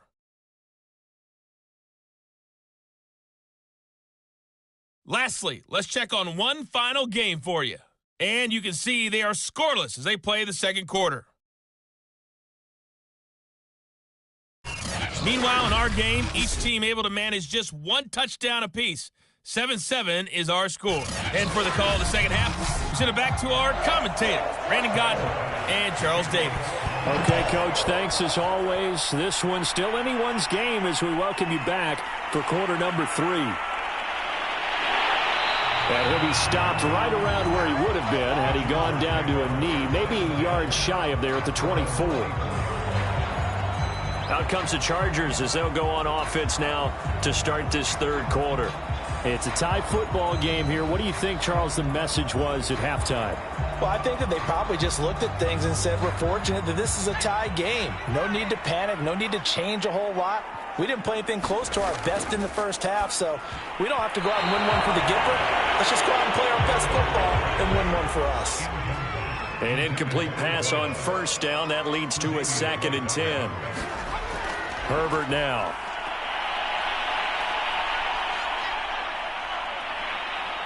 And the Bills are going to get him as he goes down. Carlos Basham in there to get him yet again. That is his 3rd sack tonight. They can't figure him out. We are seeing 2 really confident defenses imposing their will on these offenses in this game. Yeah, absolutely, going toe for toe. Just curious if one of these offenses can wake up a little bit. If there's any way they can find something that can pop, something big to knock them back on their heels. After the sack, they'll come up now 3rd and long. Yeah, I wouldn't be surprised to see them run the ball here just to try and get some space. Now on 3rd and long, they'll look to throw. That's into the hands of Eckler. And able to get it here to about the 16-yard line. 5 yards, not enough. And it'll be 4th down. Well, that's certainly playing down and distance very well by the defense, isn't it? Take whatever you want underneath, by all means.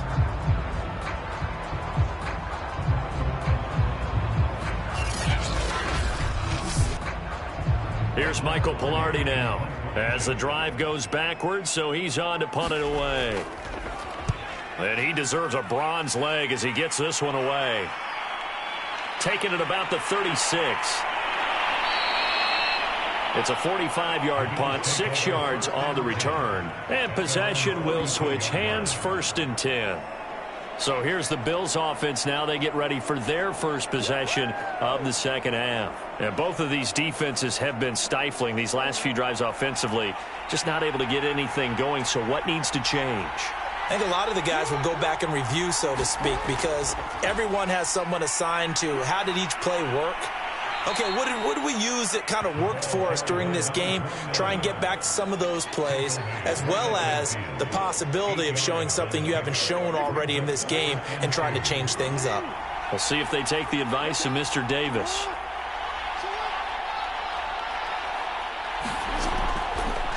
Now a handoff here to his running back, and he'll get it down here to the 43.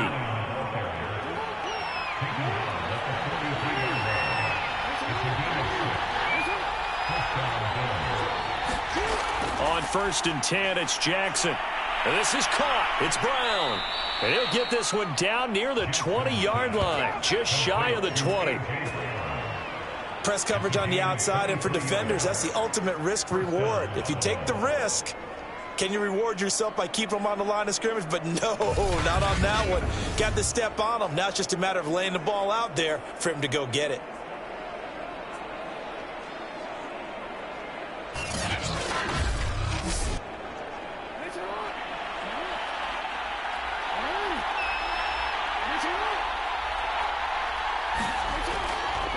And to give this time to the tailback.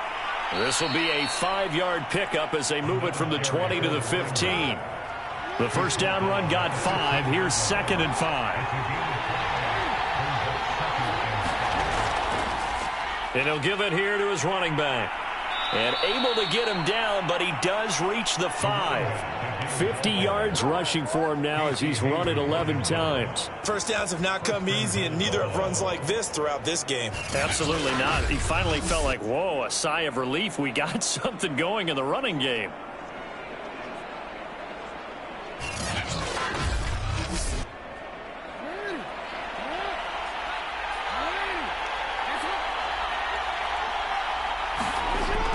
They'll run here with Moss. And the hole closes quickly here. He can fight only to about the 4. Only a yard that time, 2nd and goal. Be interesting to see now what they do offensively down near the goal line after not much there that time. As the offensive play caller, that may change your sequence now. Instead of coming right back with a running play, you may have to go to the air. Oh, they go with a tight end carry. Give him right around 4 on the carry. We'll see if they want to keep pounding here on 3rd and goal. They'll try to run this one in. Well, they hit him in the backfield, and he will not escape. And that is not going to get it done. A loss of a yard, and it brings up 4th. And I know this quarterback. His instinct, he's going to want to go for it here on 4th and goal. I want to see if the rational heads on the sidelines prevail, and they say this late in the game, let's get 3 in the lead. This debate is going to be fun. Can this defense hold them out? Here we go now, 4th and goal from the 2. They'll try and run for it. And he is into the end zone for a Buffalo touchdown. A great effort there with his 2nd touchdown of the game and 5th on the year. And the Bills have taken the lead. So 4th and goal, their head coach gave that offensive line one more chance to punch it in, and this time they were successful. They certainly paid off the coach's confidence, didn't they?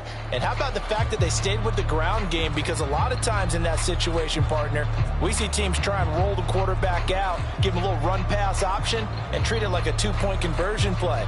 In this case, they went with a little bit more power and got it done. Tyler Bass now for the point after.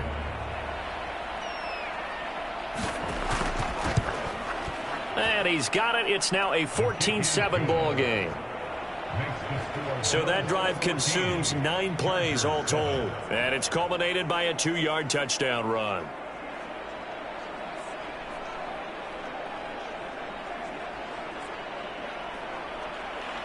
After the touchdown, Bass to kick it away. From a couple yards deep, he'll bring it out of the end zone. And they'll get him down right around the 25, actually the 26 officially, so a net gain of 1 there. And now out on the field, here comes Los Angeles. These guys had to punt their last possession, and that's become too familiar of a refrain. Too many of these drives just wound up going nowhere. Well, you know how in baseball, when the pitcher gets a base hit and he's on base, they bring his jacket out to him to keep him warm? A lot of times the punter goes to the sideline, puts on sweatpants or a wrap over his leg to keep it warm. He might need a massage from the trainer right now from all the work he's getting. Looking to throw again on 2nd down. Herbert, he's got Allen. So from the 39 now, they'll come up on a 1st and 10. Now Herbert with it, looking to pass. He's got his tight end over the middle. That's McKinney. This will be stopped about 2 yards shy of the marker. 8-yard gain, 2nd and 2. Nice rhythm throw there on 1st down. He located his tight end, made it a nice easy pitch and catch. Hoping he can break a tackle or two. Wasn't able to do that there, but still good yardage. To the air again, Herbert. Now that'll be tipped and intercepted. Picked up by Denzel Ward. And the Bills are going to have great field position here as this is returned just shy of midfield. That was just one of those interceptions from our perspective here. We got a good view at the 50-yard line mid-level that quarterback and receiver were not on the same page. Just by his reaction, I'm talking about the quarterback, he expected something different from his receiver. Whether he expected him to break in, out, deeper, shorter, they'll determine that on the sideline. But bottom line, you could see that he thought he'd be in a different spot, except the defender was not his intended target. The Bills come to the line to start their next drive. Working the middle here, that's complete to Knox, the tight end. And they'll get him down after a pickup of 8, 2nd and 2.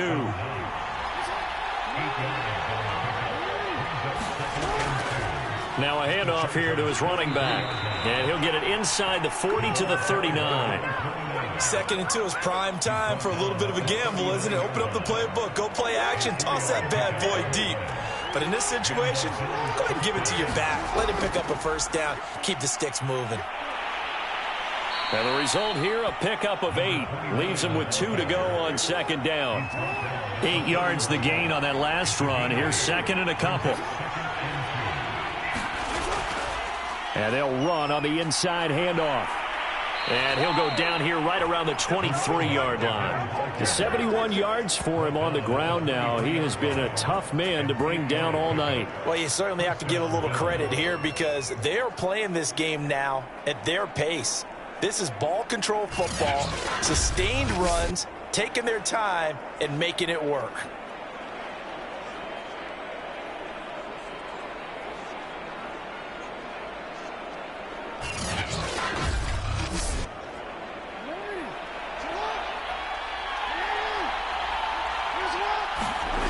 Throwing on first down, it's Jackson. Over the middle here to Brown.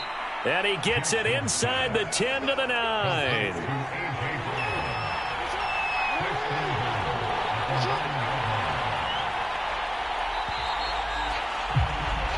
One quarter remains here on a Sunday night. You are watching the NFL on EA Sports. So first and goal, 6 points here would go a long way toward wrapping this one up. And to give this time to the tailback. And he's going to ball his way down to about the 1-yard line. Good yardage on first down. Now can they punch it in on second and goal? And they'll run again. And he takes it in across the chalk for a Bills touchdown.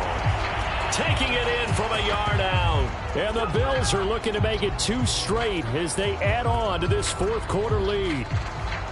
We talk so often about how hard it is to win in the NFL when you turn the ball over. And here a late turnover leads to a fourth quarter touchdown and a 2-score lead.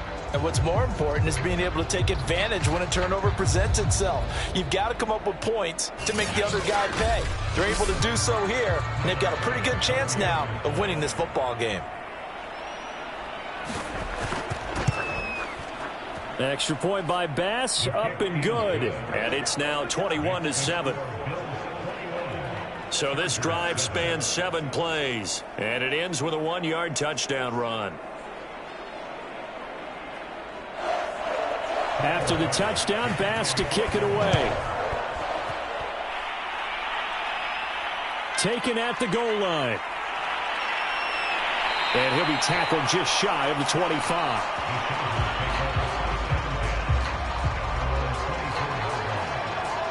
Here's a Los Angeles offense as they get set to take possession. And following the interception, we'll see what they can put together on this drive. I can hear my old college coach right now. He always used to tell us before every game, the team making the fewest mistakes will win. What they're hoping is that last mistake is their only one of the game. Coaches, that's all they talk about, turnovers, right? Minimizing those and maximizing opportunities. Fourth quarter, every drive's so critical, and you figure may only get one more shot after this, so a touchdown's imperative on this drive. It is, but you also have to think to yourself in play calling, don't hold anything back. Don't save it for the second touchdown. You got the first one for the second one to even matter. Now this throw caught left side. And he'll be taken down, but not before they work it across midfield. But that last throw, Charles, puts him over 15,000 yards passing now for his career. And Brandon, they're not going to stop the game and give him the game ball here, but that's still a pretty impressive number. And he's got plenty of more good football ahead of him. Although I would say the team should give him a game ball after it's all over. So first and 10 now in Buffalo territory at the 47. Here's Herbert. And that one drops down, incomplete. Good coverage there, forced the ball free, and it's second down. It's been clear in this matchup which side has been the more physical one. It's been this defense. And here's another example on that last play. So now second and 10 after the incompletion on first down. They'll look to throw again. This is swung out to Eckler. And he's got this down a yard or two shy of the 40 before he's out of bounds.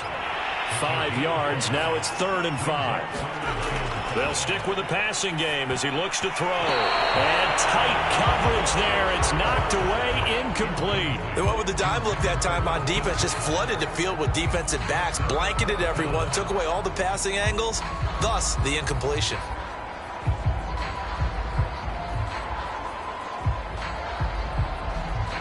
And they're indeed going to go for it here on 4th down. So trailing here in the last quarter. Let's see how this plays out. 4th down for Herbert. Desperation time. And he fires one that's intercepted. Picked off by Ashton Davis. And the Bills will have solid field position here as they take over at their 45-yard line. Well, I guess an interception at this point on 4th down is just as bad as an incomplete pass. Either way, the ball goes over to the other side. Yeah, it's a tough spot to be in this late in the game, and there's not a whole lot he can do there. And he winds up giving the ball away. Getting set to go again as we look at the back, heading onto the field again. And after a sluggish start, he's really bounced back. The numbers bear that out. And you're a baseball guy, partner. How many at-bats over the course of a baseball season? Oh, boy, 4 in a game. Yeah, about 4 in a game. 4 times 162. 350 or so, right? Sometimes it takes a while for a guy to get going. That's my point. It's not the first few carries. You don't worry about that. As they go along, get that guy lathered up, get those blocking assignments down. Those 2-yard gains turn into bigger gains as the game moves along.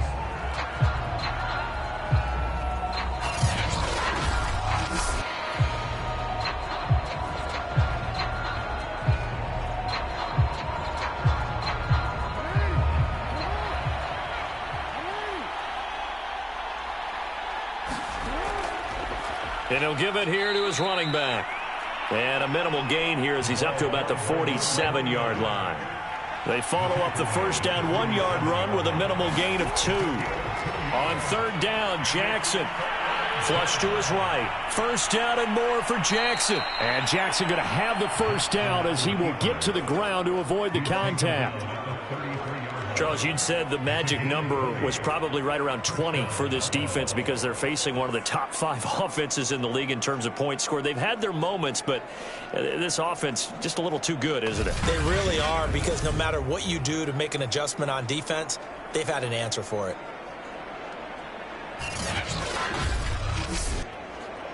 So they'll come up 1st and 10 now from the 33.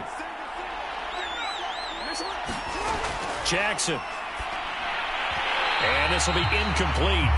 Physical play on the football there, and it's 2nd down. After the incomplete pass, here now is 2nd and 10. Now a handoff here to his running back. And he is met in his tracks behind the line of scrimmage. 2 yards the loss, and now 3rd and 12. He's got exactly what you're looking for, the ability to not just diagnose a play and quickly, but to make a play as well. Nice job there tackling him for a loss.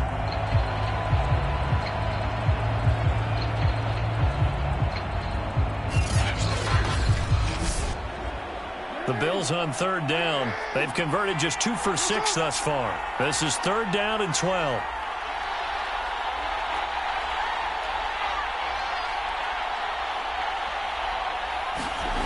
Now it's Jackson.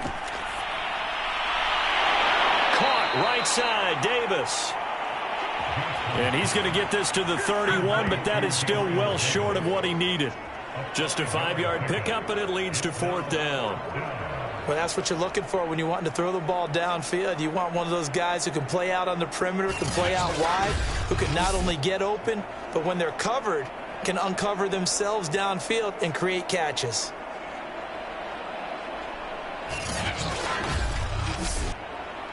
Tyler Bass out for the Bills field goal. This to make it a 3-score game late. The kick by Bass is good. And that'll push the lead up to 17.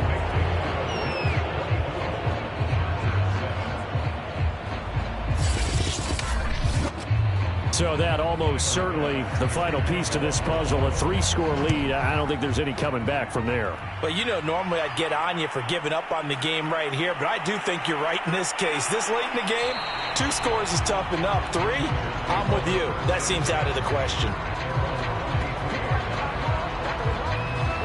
The attention shifts back to Justin Herbert and the Chargers offense. And that interception that ended their previous drive likely also ended any shot they had at victory. Yeah, long road back from here, no doubt about that one. But let's face it, if you're going to go out there and compete, you want to try and end on a strong note, don't you? Absolutely. It won't end in a victory like you said, but they can maybe take something positive out of this one. And that is incomplete. Oh, the coverage a little too good there, and it's second down. Throwing again on 2nd and 10. Herbert, he'll drop this one off to Eckler. And he'll get this up past the 25 before he's out of bounds. 4 yards the gain, and it'll bring up a 3rd down. Out of the gun, Herbert. And that nearly intercepted. Boy, for a guy known for his hands defensively, that's a ball he probably thinks he should have come up with. But instead, it's 4th down. On 4th down, Herbert. That's taken in by the tight end, McKinney. And they get him down, but not before he takes it across the 40-yard line. You cannot write these guys off just yet, not with a quarterback like that under center. You mean it actually crossed your mind with him running the team that you could actually maybe write this game off? Not yet. Not a chance. Not with him. We've seen it too many times.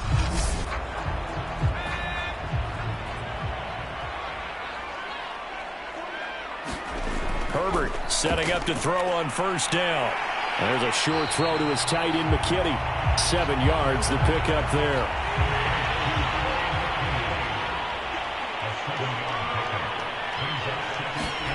From just shy of midfield, Herbert throws left side, complete to Keenan Allen. And he's got a 1st down as the tackle made at the Bills' 36. This defense has certainly had an outstanding second half, haven't they? I know they just gave up a 1st down there, and for the offense, they're hoping that that's something that they can jumpstart with and maybe start to move the ball a little bit better. But it's been tough sledding for them here the entire second half. So from the 36 now, 1st and 10. A shotgun snap for Herbert. And he will find his man on the end route, complete. A good gain of 9 before he's brought down at the 28.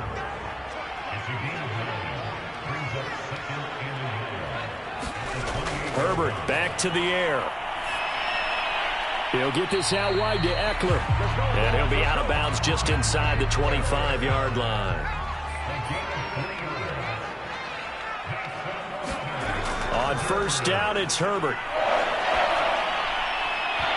And that one drops down, incomplete. Good coverage there, forced the ball free, and it's 2nd down. That incompletion is not a surprise with the way that this one has gone, and the frustration, the body language is evident everywhere. This team, they've really been put through the ringer in this one. On 2nd and 10, Herbert. He'll get this to Eckler. They do get a couple, but they'll be left staring at a 3rd and 8 coming up. 2 minutes left to play in this football game here on EA Sports. So it's Charger football as we welcome you back from the 2-minute warning. They face a 3rd down now as they try to find a late score. Now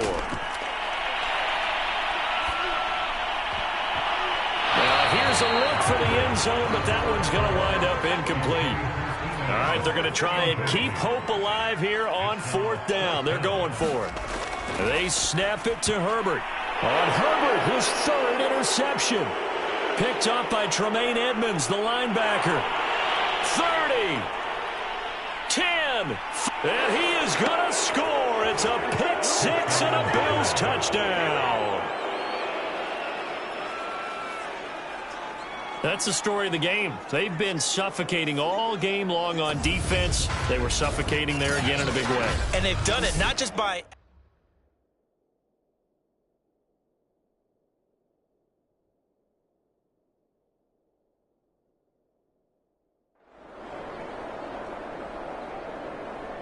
So it's a victory here for the Buffalo Bills. And they were buoyed, Charles, by a big second half that put this one on ice. So you get the sense that whatever was said at halftime obviously hit home. I think it's a little bit more than that, though. Obviously, there are words that are said, and, hey, come on, guys, we have to play better. But sometimes it's just sharpening your execution, sharpening your focus, and maybe doing the things you practiced all week without major adjustments, just doing them better. And that got it done in this one. So for Buffalo, they move back over 500 at 3-2 now on the year. And they'll be able to enjoy this one through the bye week before they get back at it again. Meanwhile, for the Chargers, they'll fall to 1-4 with a loss. And they'll look to get back in the winning column next week as they head to Foxborough to face off against the New England Patriots.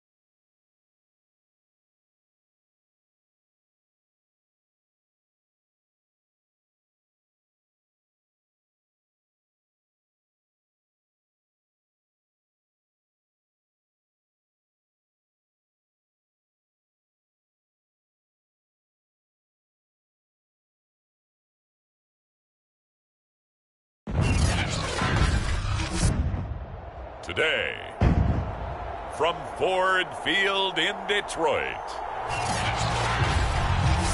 it's Week 5 of the NFL on EA.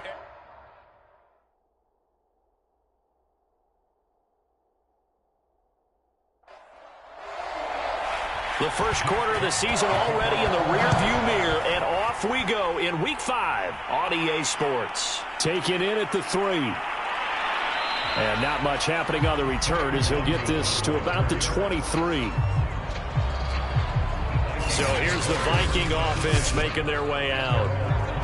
And out will come the leader of this offense, and that, of course, is their signal caller. And he ought to have a lot of pep in his step after last week's performance because he did exactly as you want him to play if you're a coach.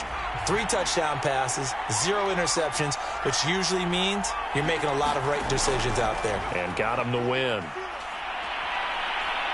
And they're able to get this one across the 35.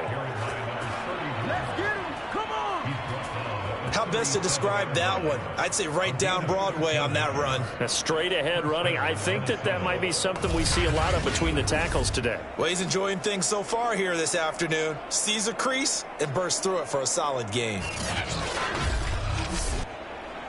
Line of scrimmage, the 37 on 1st and 10. And to give this time to the tailback. And he's going to get forward for about 5, but that may be coming back. What say you, Mr. Referee?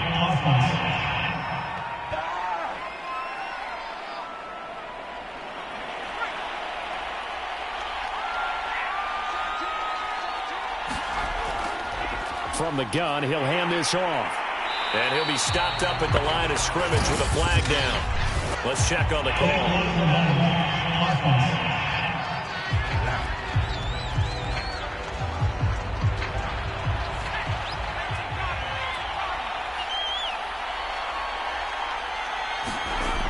Look to throw here. Firing quickly here, and that's complete. If they didn't have that penalty a moment ago, it'd be a first down. Still a nice 13-yard pickup. That was a nicely run slant route, and what the receiver's trying to do is make the defender think he's going upfield for a deeper route, and then breaks it off, usually after about 3 to 4 steps, and cuts towards the middle of the field. And now what he's trying to do is use his body to keep the defender away from the football and give the quarterback a really nice target. Lets it fly for Thielen. And that's going to be incomplete. Good effort there trying to take a shot, but it's 3rd down. On 3rd down, he'll drop to throw. And that'll be incomplete. We do have a penalty flag down, however. Let's see what that's about.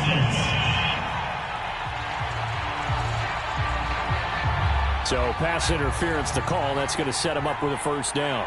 And if it's a bang-bang play, maybe the flag stays in the official's pocket, but instead, he definitely impeded the receiver's right to catch the football. The official's letting the players know how the game's going to be called here in the first quarter. And he'll be corralled out across midfield down to the 45. That's a very nice game there, a confidence-building run. Love the execution up front, and the way he pressed the hole, absolutely perfect.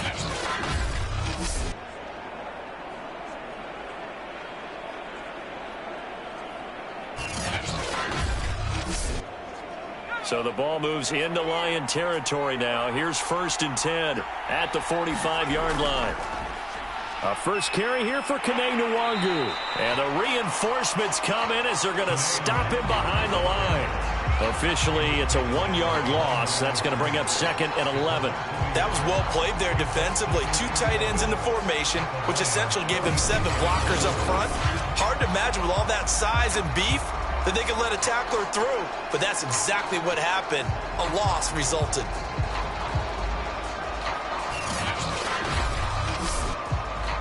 Looking at a 2nd and 11 now after the loss.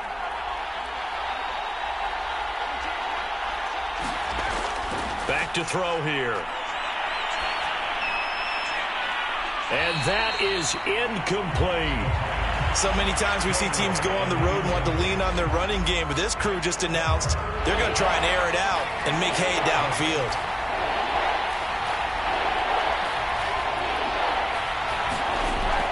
They'll set up a throw. And that's going to be incomplete. The contact there enough to jar that ball free, and it brings up 4th down. So they're forced to punt on 4th as this one's away. And a nice job here to down this one right on the 5-yard line.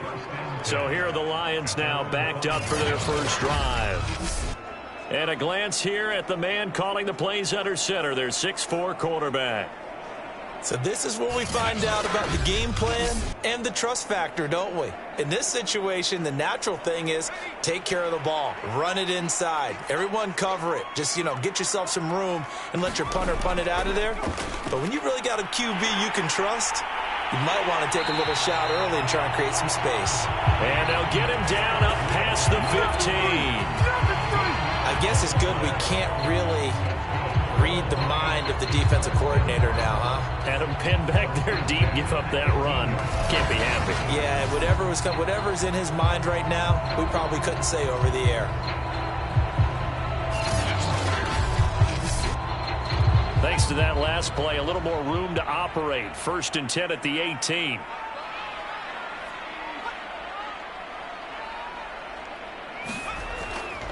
Running is Swift. And he's tackled a yard short of the marker. Good gain of 9 on 1st down. These are his numbers from last week's contest. 14 carries, 54 yards. And I know that last week's game is over, but this feels almost like a continuation of what he did in the previous game. It's almost as if in his mind he knitted together the 2 weeks with no break. He's off to a nice start here. Now the first carry for Jamar Jefferson. And this will wind up a Lions first down as he'll take this up to about the 33-yard line. So they'll come up 1st and 10 now from the 33. Now they'll switch it up here and look to throw. And he'll have it past midfield almost to the 40 before being taken down. That was an excellent read right there. Saw cover 1. That means it's just a single high safety.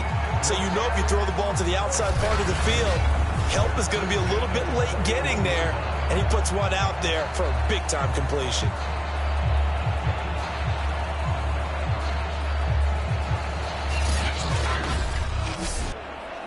From Viking territory now, they'll come up 1st and 10 at the 41. Now back to throw. Throwing the out route and complete. That's Bush. 7 yards, the pick up there.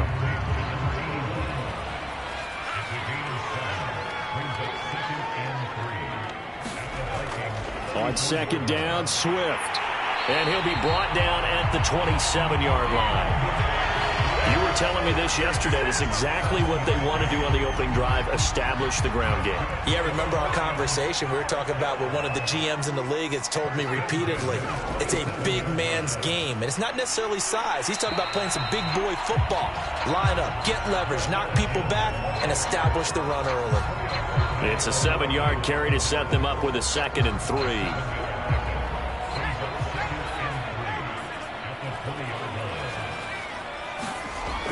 He'll drop to throw. And that's out to the flat for Swift. And he'll wind up losing yardage here back at the 21-yard line. Now I think we're going to get a timeout here. Yes, a timeout here as it looks like we've got a Lion that's shaken up. Well, he gets attended to. We'll step aside.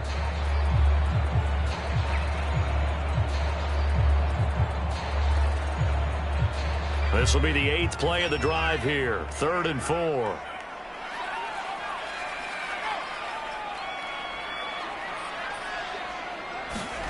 He'll look to throw.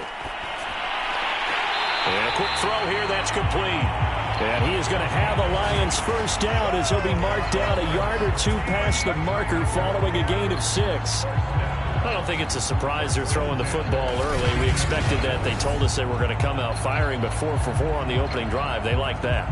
They don't just like it, they love it, because now everyone gets locked in. Your confidence jumps up.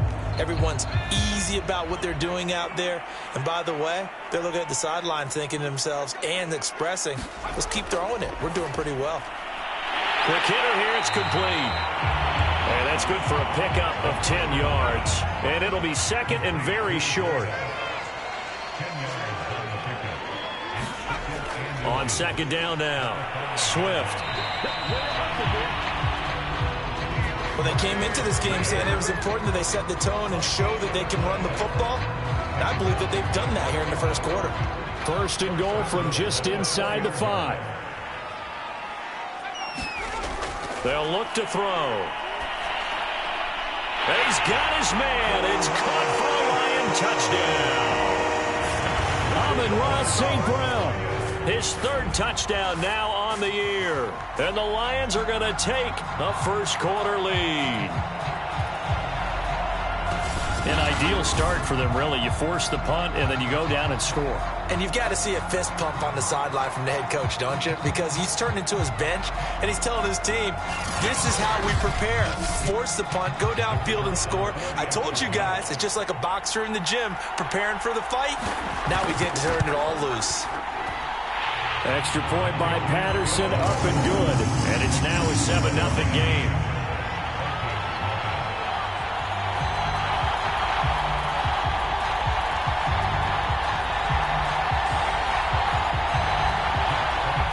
The kickoff unit is out on the field, and they will send this one away. Kene Nwangwu now out of his end zone. And he'll be stopped right around where he would have been had he gone down to a knee, maybe a yard shy of there at the 24. The Vikings taking the field here for their second drive of the game and hoping to do better than they did their last possession when they punted the football. Appeal to the vanity of your offensive line. Tell them that they control your fate. Leverage guys. Win the line of scrimmage. If you do that, you start to win first down. You win second down. And guess what? You start accumulating first downs. And that's what they need in order to not punt the ball again. And he'll work this forward for about 3 at second down.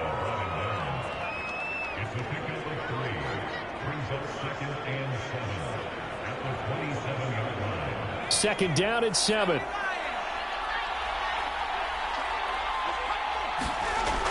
They're going to look to throw. Oh, he's got a man wide open, complete. And he'll be taken down, but not before they work it across midfield.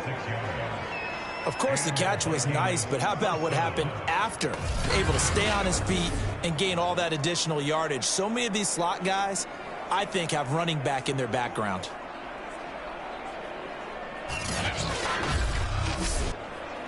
So the ball moves into Lion territory now. Here's 1st and 10 at the 48-yard line. Here's a play fake as they set up to throw. And that is incomplete. He couldn't hold on through the contact. Brings up second down. He did a fine job there of not hitting it before the ball arrived. And I've got to tell you, you can often mistime that play because of the angles of approach. When you're going to get him, sometimes you panic as well and think, I've got to be there right now. Instead, in this case, timed it perfectly and knocked it free. He'll try again with the arm here on second down. That's caught by the tight end, Irv Smith Jr. And it's going to be another first down as they'll get him to the ground at the Lions 36. After 7-0 on EA Sports.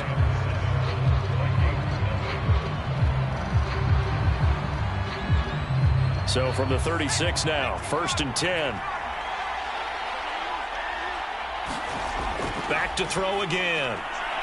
Firing quickly here, and that's complete. Touchdown, Vikings.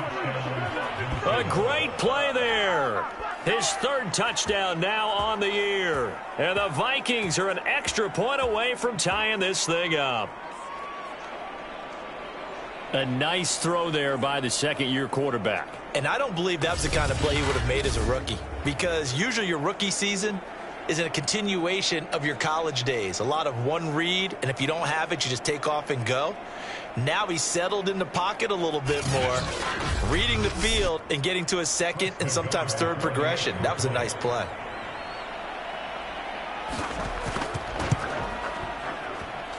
An extra point by Nagar is up and good. And we are tied here in the second quarter.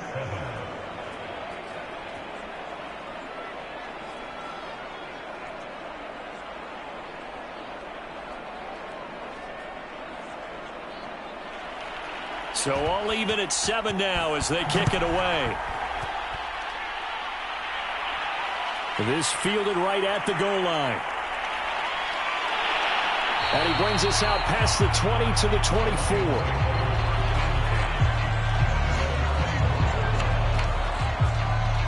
Back onto the field come the Lions for their second overall drive. A good balance attack for that last touchdown drive they had. Now it's time to see if they can do that again. It really becomes a tale of two play callers, doesn't it? The offensive guy, he's in sync. Everything's working pretty well. For the defensive what's guy, going on the defensive side? That's a tough one because he's prepped all week as well, and he can't get a bead on exactly what they're doing right now. What he needs is one of his guys just to make a big play and disrupt things. Oh, that's a real nice job there by the defensive front. They just engaged and held their ground. But how about the guy who made the play? We often talk about whether they take a good first step or not. Many times you just don't take any step. Just get your feet moving, get your body going, and then once he made the read, he was able to make the play. Timing is everything, and they work on this cut all the time. They work on all the timing patterns, and this time it paid off for them. Worked him to the center of the field, cut it to the outside, ball's delivered, gets both feet down for the completion.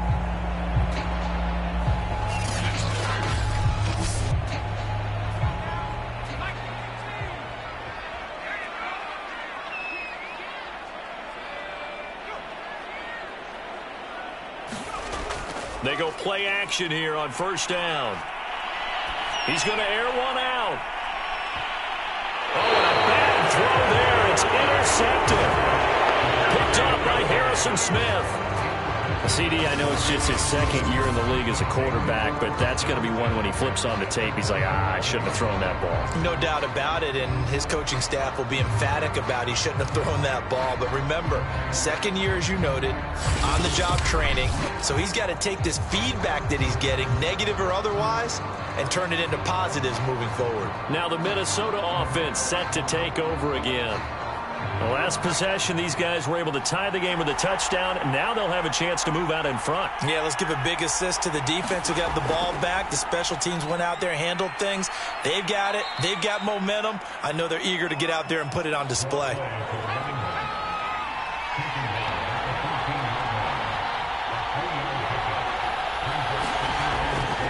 On second down, it's Sharp. And not much to speak of. Call it a 1-yard gain up to the 15. Absolutely love the effort there. The ability to flow from his inside spot and stop that one at the line of scrimmage. Nice linebacker play.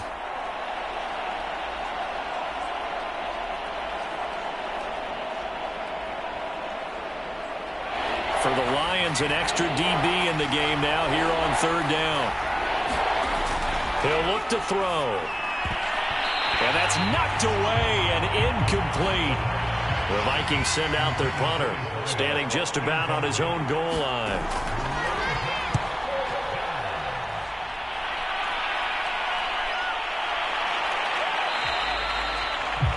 .43 yards on the punt, return of 4, and the Lions will take over.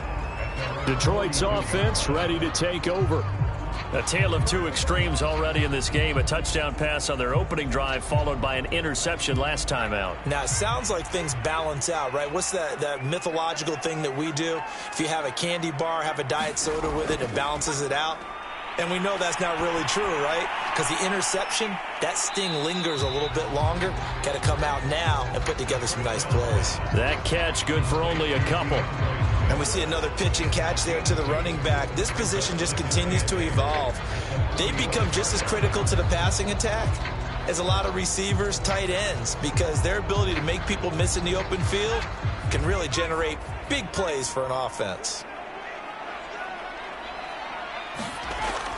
On second down now, Swift. And he'll work it across midfield inside the 45.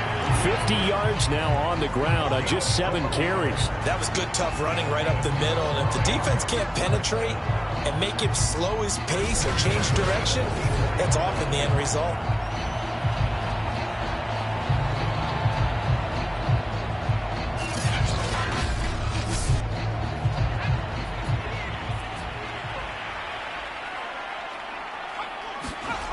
They'll look to throw now on first down. Open man, he's got him, the tight end, Hockenson. And he's going to get a solid gain of 9 before being brought down. Second and right at a yard. On play action, they'll throw.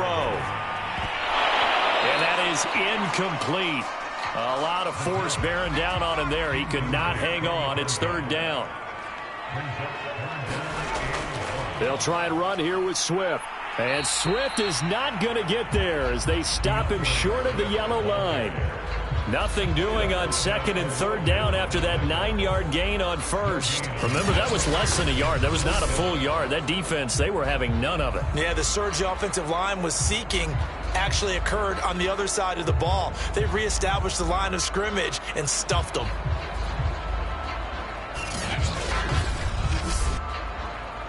Now the Lions, they send out the field goal unit here. This will be kicked from the 42. It's a 52-yard attempt. And this is good. It was running out of gas there at the end, but he winds up getting just enough on it. And they take the lead here now at 10-7. So a good kick there. They put the bow tie on it with 3 points. And let's face it, everybody wants a touchdown. We know that. But in the NFL, defenses are awfully good. You're not going to score each and every time. Be able to knock the ball through the post and take the three. By the way, I said bow tie. I meant just bow. Either way. Not the tie, but yeah. Either way. You got it. I just went right past it. Minnesota's offense takes over possession. And they're coming off a 3-and-out, my friend. I think they've got to look at that play sheet and go to a spot that they haven't gone before. Time to shake things up a little bit to try and get this offense moving. Okay, so how do you do that? How do you shake things up? You look at what you've called before, realize it hasn't worked Go to so something well, else. and maybe you try and find one of those special plays from one of your better players, and maybe try and hit something big and get things going in the excitement area. Well, as we've learned over the years, just because a guy plays left tackle doesn't mean he doesn't have run blocking abilities, and we just saw it there. Controlled the line of scrimmage, created a big gain. That's kind of a bonus. He's there to protect that high value that you have back under center, but he creates space in the run game. Yeah, not only can he dance, he can mash too. So here's a 1st and 10 at the 38. Back to throw. He's got Smith here. They'll contain him to just 4. 2nd down.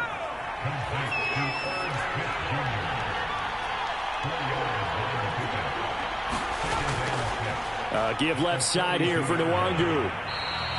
Only a yard on the pickup there, and it'll bring up a 3rd down.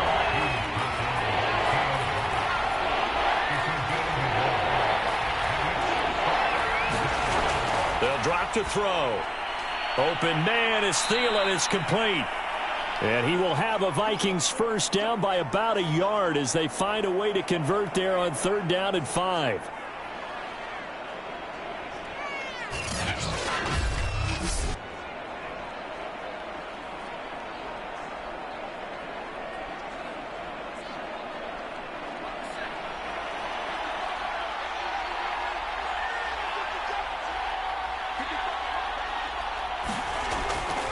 They'll try the left side.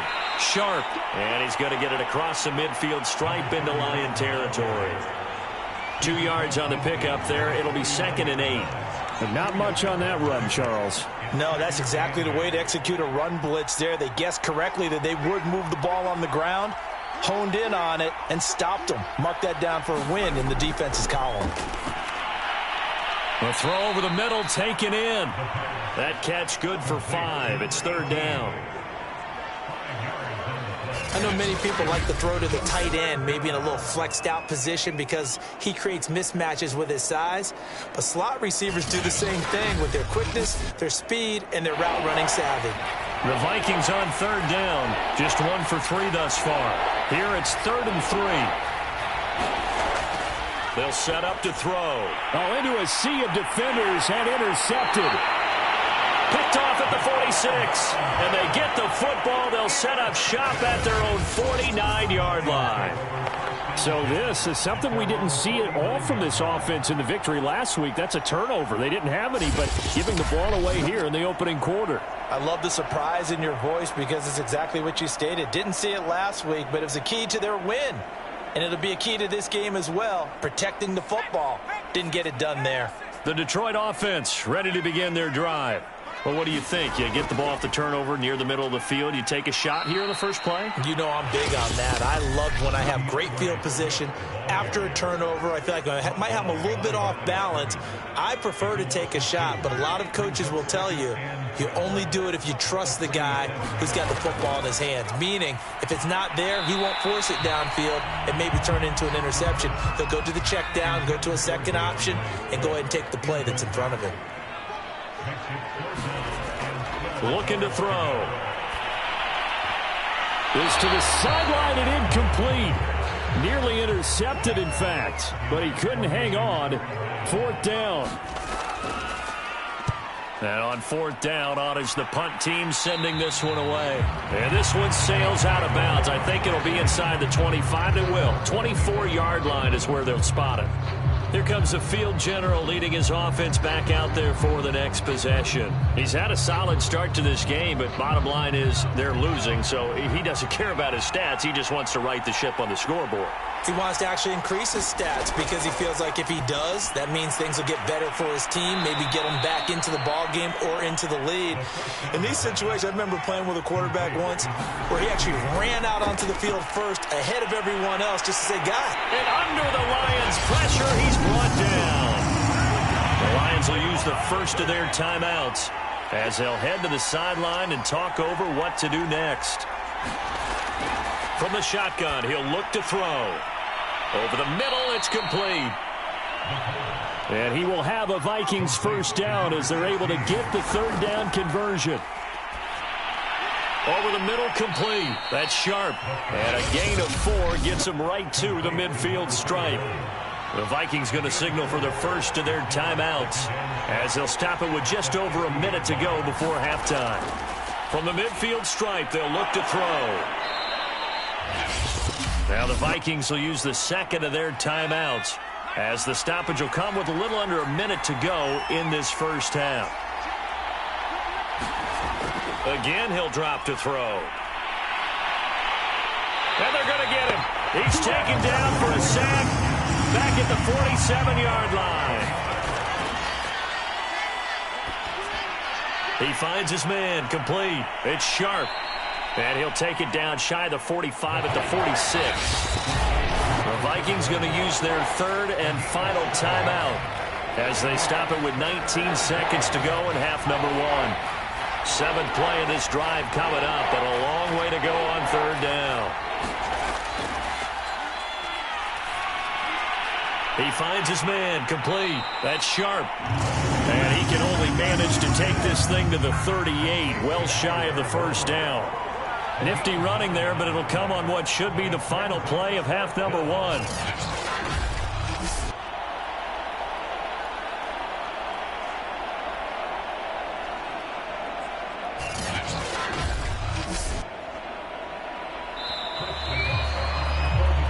So we've reached halftime here in Detroit with the Lions out on top. As we'll send you down to Orlando, and we check in with Jonathan Coachman for our EA Sports Halftime Report. Coach. Okay, Brandon, thank you very much. More from you, too, in just a bit. But first, let's get everybody caught up with what's going on around the NFL here in Week 5.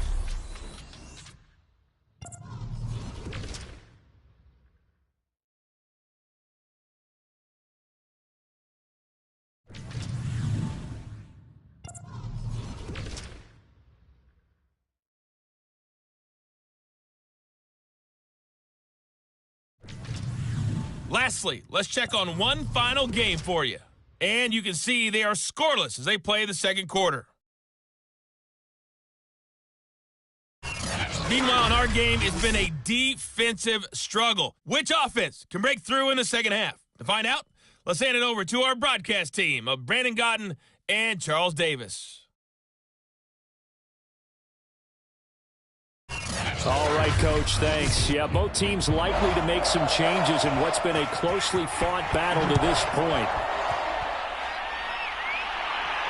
This will be fielded inside the 5. And he gets it to the 30-yard line, but the football's not going to stay there. There's a penalty marker down.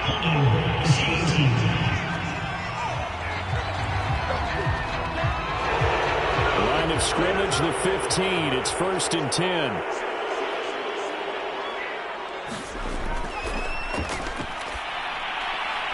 They throw right away, and that's complete out on the right side. And he'll get this up to the 30-yard line.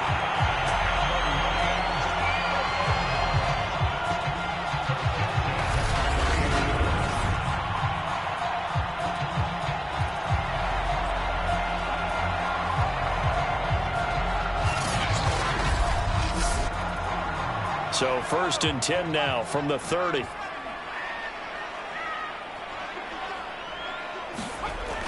Now a shotgun snap as they'll look to throw. 5 yards on the catch there, brings up 2nd down.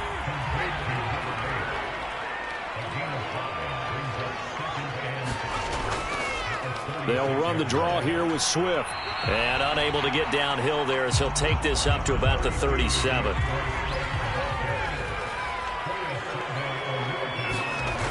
They'll stay on the ground with Swift. And this will wind up a Lions 1st down as he'll get this up to about the 42. I think they like this drive a little bit better there, partner. Running game helping out, picking up some of the slack. Because remember the last drive, they went 3 and out.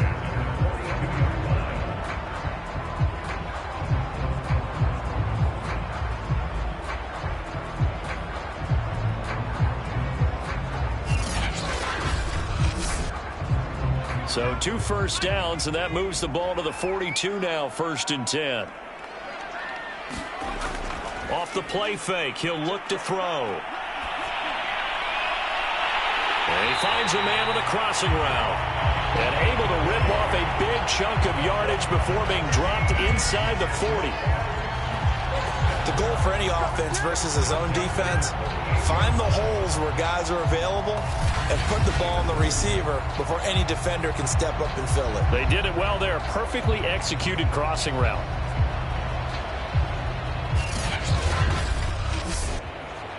From Viking territory now, they'll come up 1st and 10 at the 38. Now they'll throw here out of the gun. Sideline throw, it's complete. And a nice job there of keeping the toes inbounds.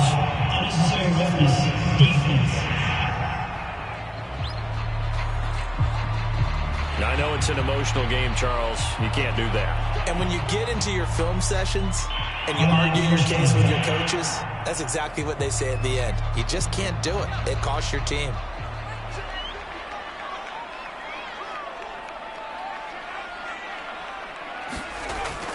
They run out of the gun with Swift.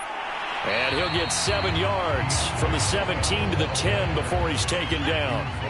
A good run, got 7 on 1st. Here's 2nd and 3. Once again, it's Swift. And only about a yard there as he takes it from the 9 to the 8. Trying to keep the drive going here. This is play number 7 on 3rd and 2. Here's a handoff to Swift. And he's able to pick up the 1st before he's brought down inside the 5 at the 4. I don't know about you, but that almost felt like old-time football there. 3rd and 2 is not necessarily just a running down anymore. A lot of times they want to throw the ball. They went back to the roots and powered forward and got the 1st down.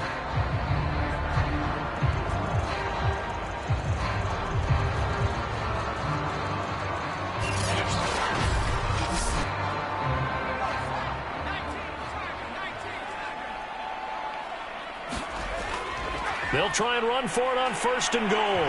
And he's going to take it in for a Lion touchdown. A great effort there. His 1st touchdown on the year. And the Lions take the opening kickoff of the 3rd quarter and drive right down the field to extend their lead.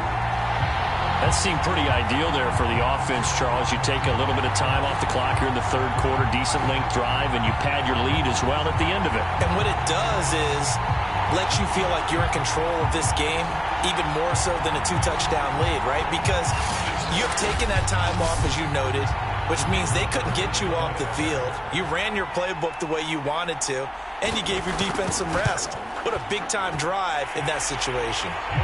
Extra point by Patterson, up and good. And his guys will take a 10-point lead.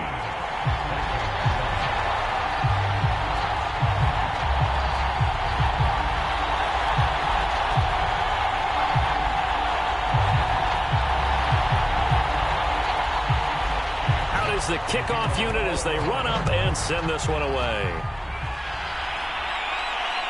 Taking it about the 1. And he takes this near the 25. Just a little pass there. Call it the 26. It's the Vikings' turn on offense. We get ready for their first possession of the second half. And their deficit a little wider than it was at halftime. Does that touchdown a minute ago change the thinking here at all? I think it does, at least a little bit, because now urgency has to start setting in. You can't go out there and go 3 and out and run the risk of falling behind substantially, but you have to do it without pressing, because pressing, that'll lead you into bigger errors. They'll keep it on the ground. Sharp.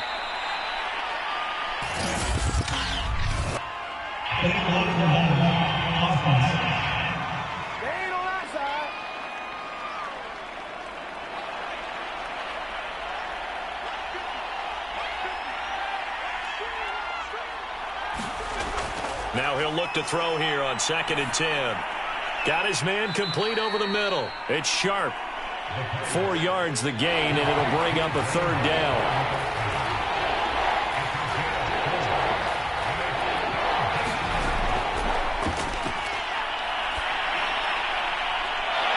Wide open receiver complete.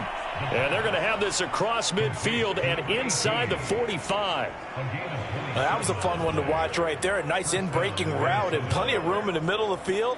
And he was able to get behind the linebackers and grab the completion for a really good pickup.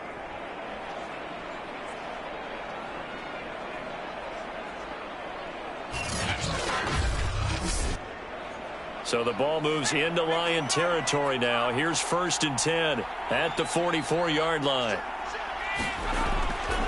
Now a give running right, Nwangu. And he takes it down to the 40 with a pickup of 4. 6 yards left on 2nd down.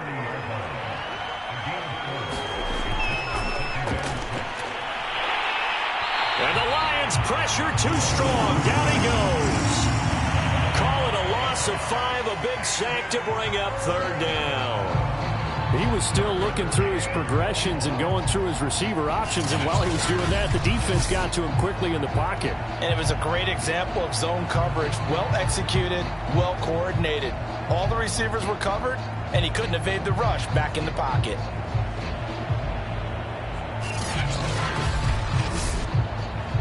This offense in desperate need of a conversion as they come up on 3rd down.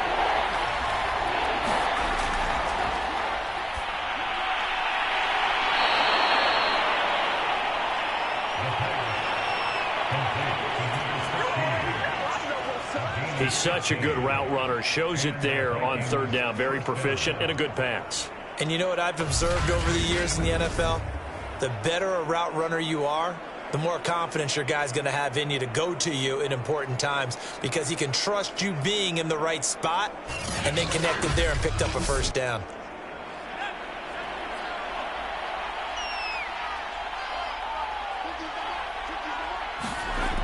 On 1st down, he'll drop to throw. And a quick throw here, that's complete. And this will leave him a yard short. Nice pickup of 9 yards on 1st down.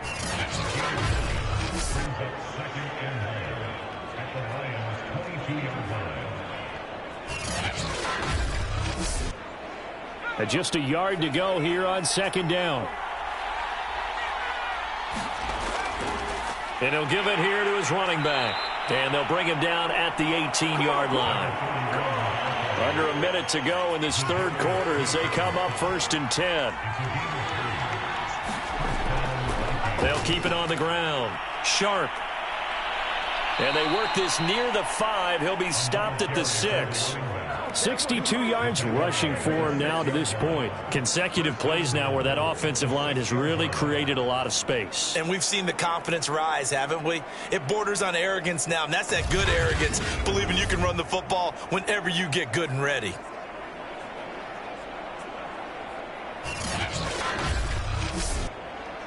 First and goal, and they got to be thinking a chance to get right back into this football game.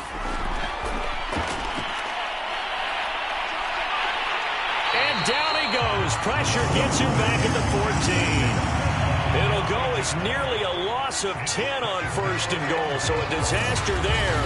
It goes as a 9-yard loss on the sack.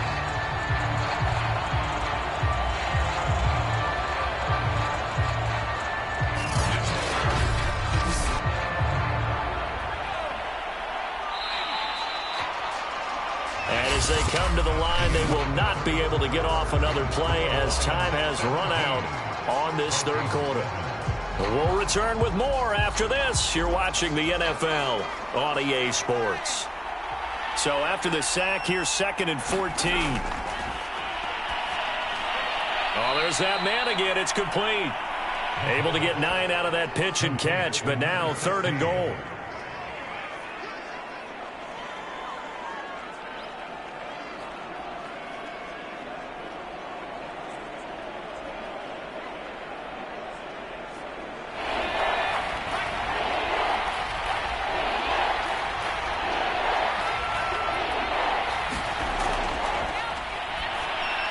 This is caught.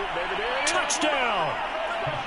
Herb Smith Jr., his 4th touchdown on the year. And the Vikings have made it a 1-score game again here in the 4th. So how about that for an answer? They get the touchdown there, and it's back to a 1-score game here in the 4th. And that's what these guys have done all game long because they've scratched and slashed their way to stay in this game. And by now we should all realize they're not going away. Now the pressure again swings to their defense because they're going to need to find some way to get the ball back. McGarr now for the point after.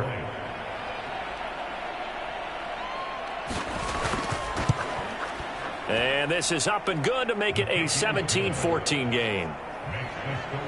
So that drive, 12 plays in length, and it's polished off by a Viking score.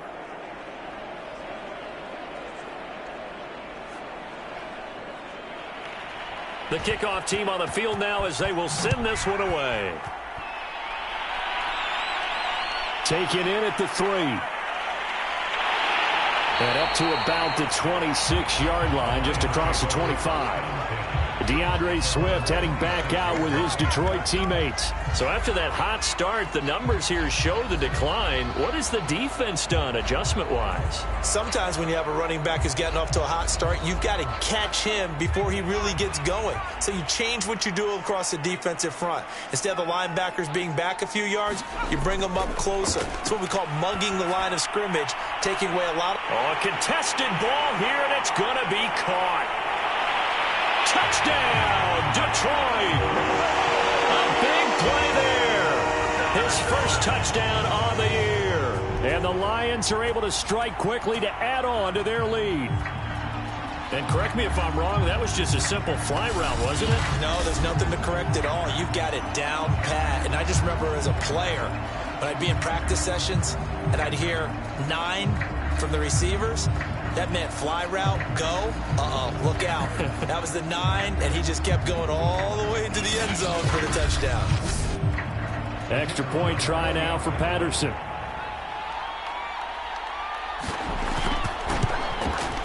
And his guys will take a 10-point lead. They certainly made quick work of that, ultra-quick work. One of the fastest drives you'll ever see, just one play resulting in the touchdown. Set now to kick this one away, and off it goes.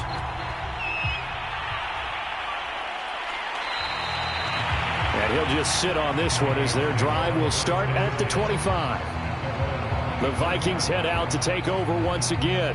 And you figure after giving up that last touchdown, they trail by 2 scores here in the 4th quarter. This drive becomes very critical.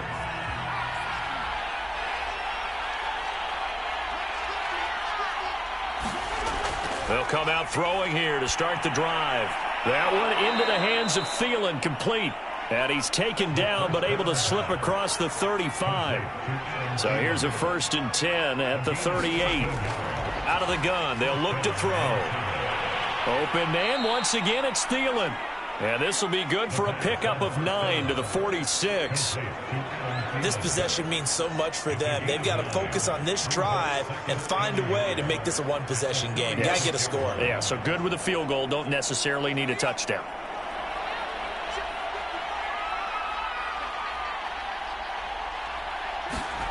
2nd and 1. And this throw incomplete. Well, the defender all over him that time, but it's going to lead to 3rd down. It's another zone defense. It looks like it's open for possibilities, but they did a nice job patrolling the middle of the field and forcing an incompletion. On 3rd down, Sharp. And he will be very close to a 1st down, but I see the closed fist of the referee, and that means 4th down. This late in the game, Charles, I think you maybe seriously have to think about going for it. Especially where they are in terms of field position, because this is almost like no man's land. Might hurt your punter because there might not be enough space, maybe too far for your field goal kicker. I'm like the old rule. Possession is 9/10 of the law. Possession is 9/10 of winning the game. Go for it. Get the 1st down. Close it out. They'll keep it on the ground. It's Sharp. They only needed about 4 or 5 inches there. Relied on the big guys up front and got it done. Yeah, this is the time to just go ahead and hit it straight ahead. No juking, right? No movement in the backfield. Take the ball and go. And he held on to it too long. A coverage sack. Down he goes. Romeo Okwara able to get in there for his 2nd sack of the afternoon. Young quarterback, got to learn. Need to get rid of the football. Because when you don't get rid of the ball, they accumulate more sacks. But you're exactly right. Internal clock has to go off. Either get rid of it or start to take off and go. Don't need it all back at once, but you figure they're going to need something here. 17 yards to go on 2nd down. And he's just going to get rid of this thing. To no one here. He throws it away, and now it's 3rd.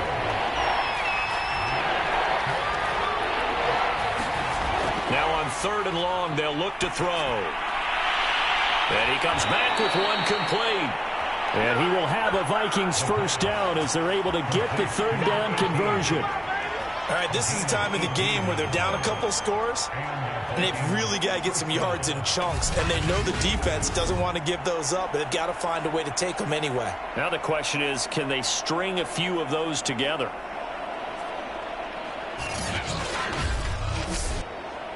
So the ball moves from their own 41 to the other 41 here for 1st and 10.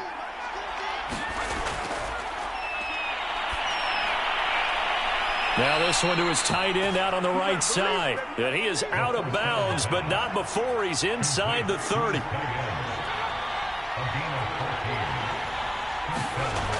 They'll look to throw again.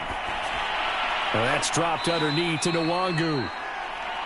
And he's brought down at the 24 after a gain of 4. Now after the completion, we're going to get a timeout, an injured player. We'll check on his status when we get back.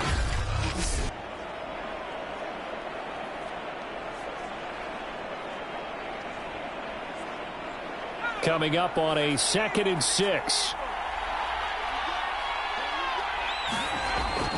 They'll stick with the passing game as he looks to throw. And he'll get it down this time to the 17. One of my old teammates called me the other day when he was watching the game. He's like, man, trying to watch an NFL game and trying to account for their passing game, that's difficult. And just when you think you get everything covered, here comes a back out of the backfield. In this case, he picks up a 1st down. And he's eaten up at the line of scrimmage. Might have gotten a yard down to the 16.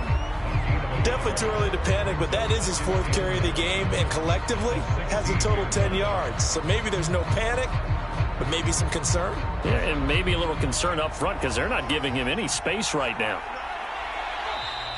Now we've got movement up front, and I think this is going to be on Minnesota. And that false start penalty certainly not helping their cause here. 2nd down and long.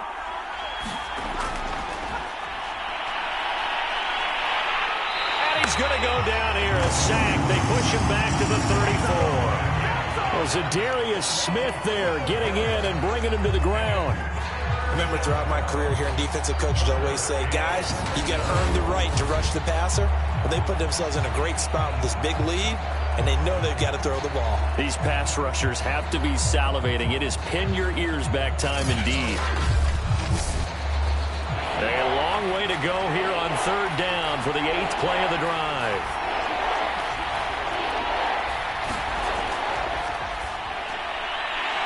Quick hitter here. It's complete. They get only 4 that time as that leads us to a 4th down. Did they maybe play that too safely on 3rd down? I know you don't want to just throw a ball blindly downfield, but that didn't help them a whole lot. I think they probably said if it's open, take the shot. If not, get something safe because we do have 4th down to try and pick it up. So on 4th down, out trots the kicker in a big spot here. From the right hash, it's a 46-yard attempt. Nagar's kick is good. And this is back down to a 7-point game.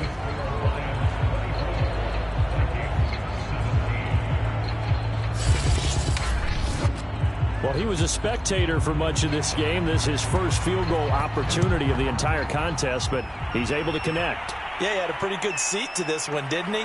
But let's face it, all kickers that you and I know, they want to contribute. They want their opportunity, and he seized his. Now the Lions offense, they get ready to head back out there. They've been rolling the last couple of drives, each inning in touchdowns. So this game is flipped. They were down. Now they're up with the football. We'll see how they handle it. Can we get a spy on the headset now between the head coach and offensive coordinator? Because they've been in attack mode. Had to get back into the game. Now they have the lead. Do you stay on the attack, or do you dial it back a little bit to try and protect this lead? My cop-out answer would be somewhere in the middle. I think it's going to be a fine line, is it not? I think you're exactly right, but I do think if they can stay aggressive and keep them on their heels, they'll be best served that way. They'll look to throw here on 1st down. Firing quickly here, and that's complete. And a 5-yard gain gets him to the 42. 5 yards on the catch there, brings up 2nd down. 4th quarter, down to the final 2 minutes, and we've got a 1-score game. On 2nd down, Swift. And taking it across midfield and inside the 45.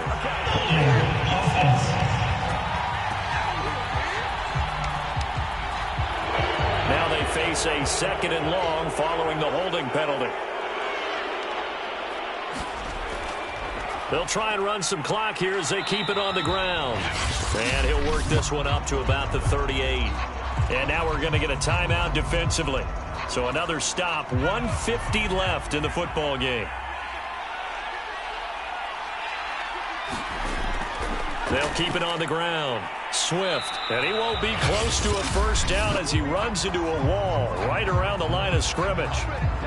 Now the Vikings will use the 2nd of their timeouts as they'll head to the sideline and talk over what to do next. And here now the punter Fox as he sends this one away. So possession goes over here on the punt. And the Vikings will take over here 1st and 10. So all eyes on this Vikings offense. Down on the scoreboard. 1:39 to go. They need a touchdown to the PAT to tie it as they come up 1st and 10. He's back to throw. Over the middle to Smith. 7 yards the pickup there. Back to throw.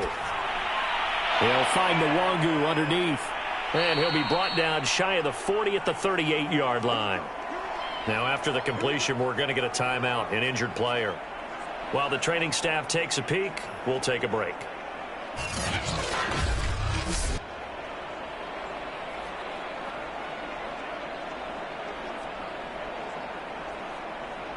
So here's a 1st and 10 at the 38.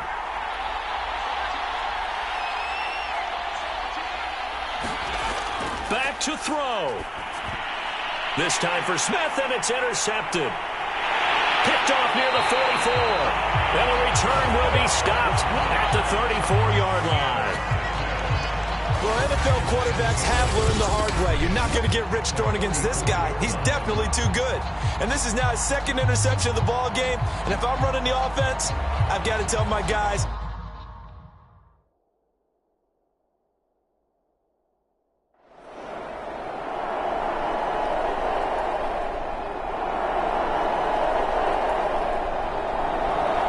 So this one's over. It's a win for the Detroit Lions, and they've got to feel good about this performance. I think you'd agree, matched up against a top 5 defensive unit in the league, and they pretty much had their way. Yeah, that was the interesting part about it, because normally when we see this defense play, they have their opportunities, and they make their plays, don't they? They knock them back on their heels. They take the ball away. They change field position. In this case, what you said is so apt. They had their way with them, took it to them, and knocked them back on their heels and surprised the heck out of them. So for the